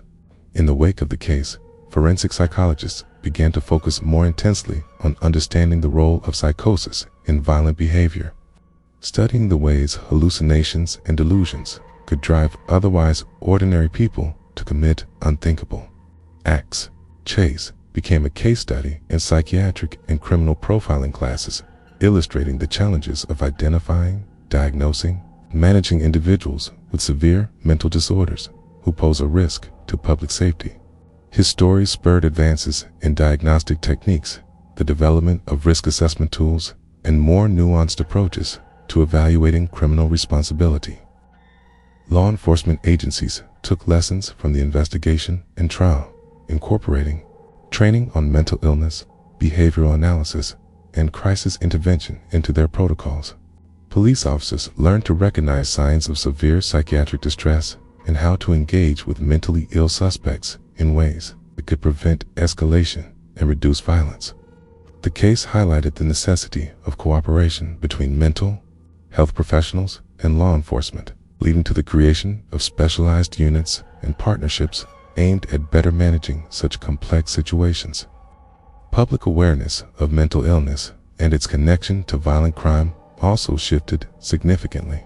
While Chase's crimes undeniably fueled fear and stigma, they also sparked important conversations about the need for improved mental health care, early intervention, and the importance of compassion alongside caution.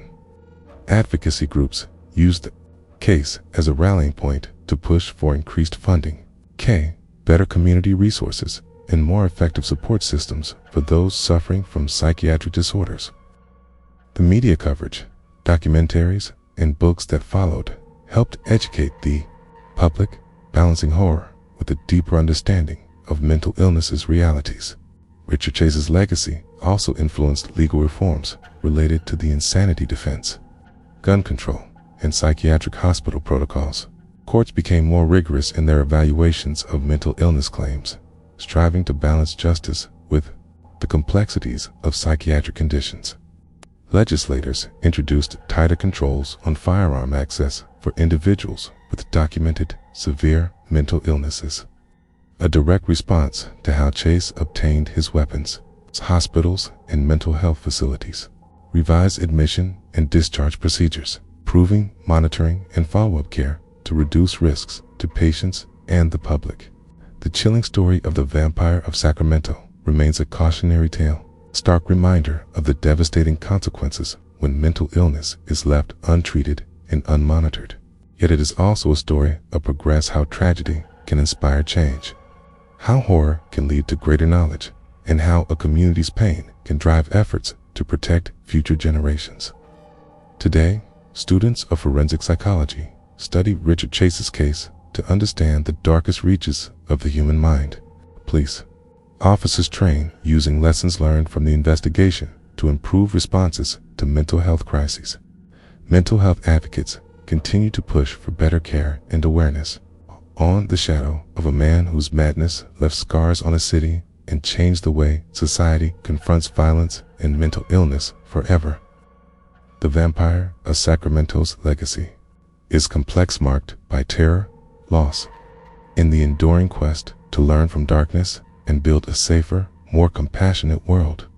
The gruesome terror inflicted by Richard Chase on Sacramento's community left scars that reached far beyond the immediate victims and their families. The entire city was plunged into a state of fear, grief, and mistrust that lingered long after the news headlines faded. In the months and years following Chase's arrest and conviction, Sacramento faced the daunting task of healing, rebuilding a sense of safety, and finding ways to remember those lost while supporting those left behind. The community rallied together in ways both heartwarming and heartbreaking.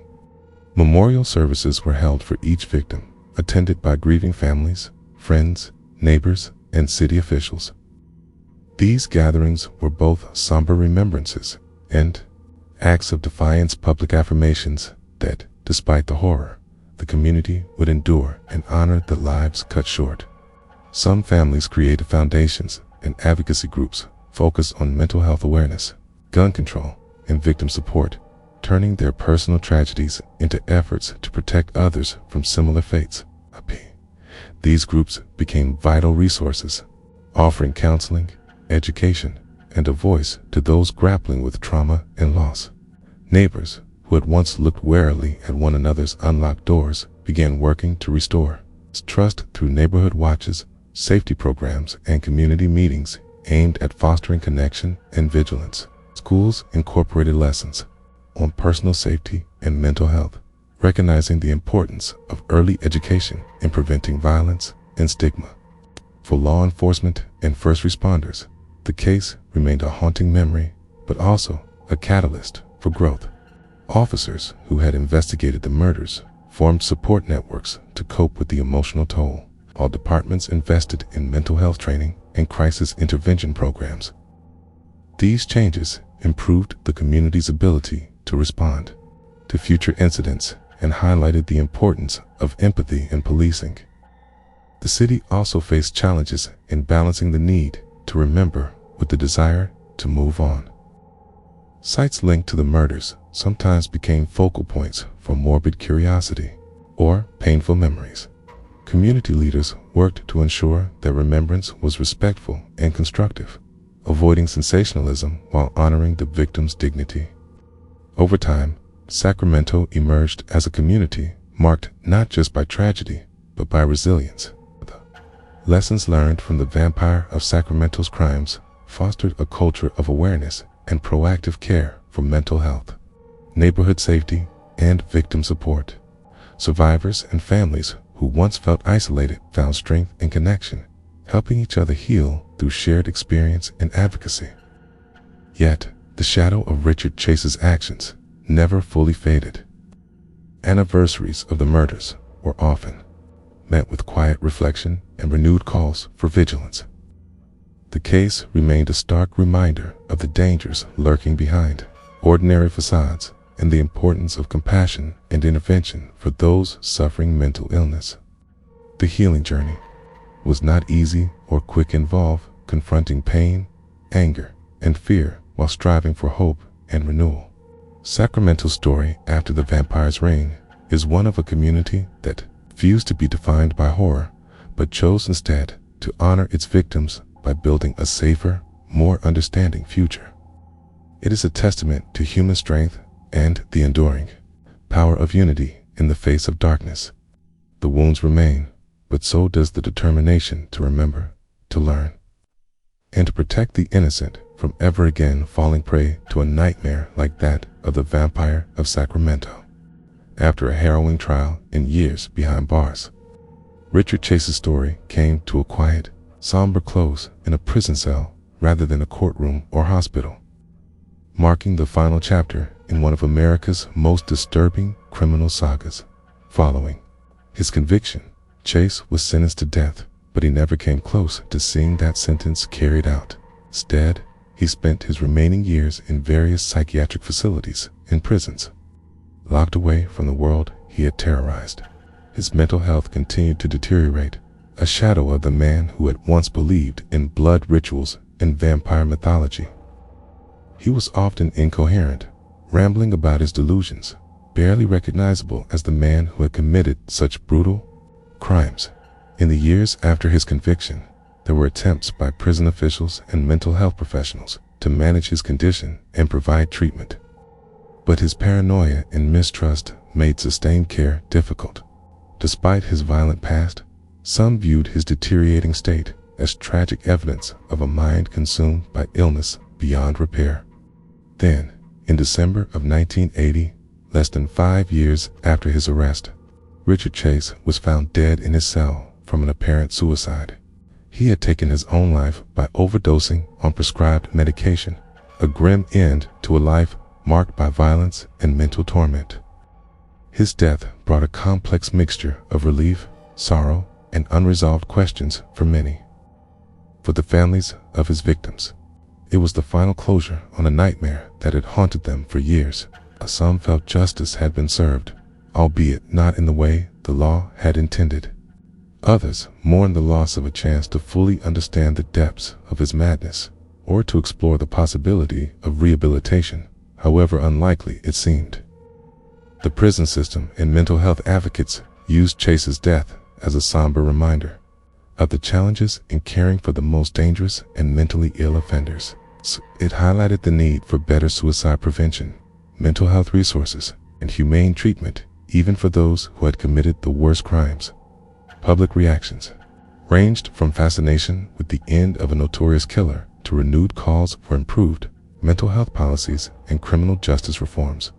The death of the Vampire of Sacramento closed a dark chapter, but also reopened discussions about the intersection of mental illness, violence, and society's responsibility. The Sacramento and the nation. Chase's story became a cautionary tale etched into the collective memory, one that warns of the dangers of neglecting mental health, the limits of the legal system, and the human cost of violence born from untreated psychosis. Today, his name is often spoken with a mixture of horror and sorrow, a symbol of the tragic consequences when madness goes unchecked and when society fails to protect both the vulnerable and the innocent. The community continues to honor the victims and remember the lessons learned from this grim chapter, ensuring that the darkness brought by Richard Chase serves as a catalyst for awareness, prevention, and compassion. In the end, Vampire of Sacramento's reign was brief but devastating, a stark reminder that beneath the surface of everyday life can lurk unspeakable horror, and that the pursuit of justice and understanding must never cease.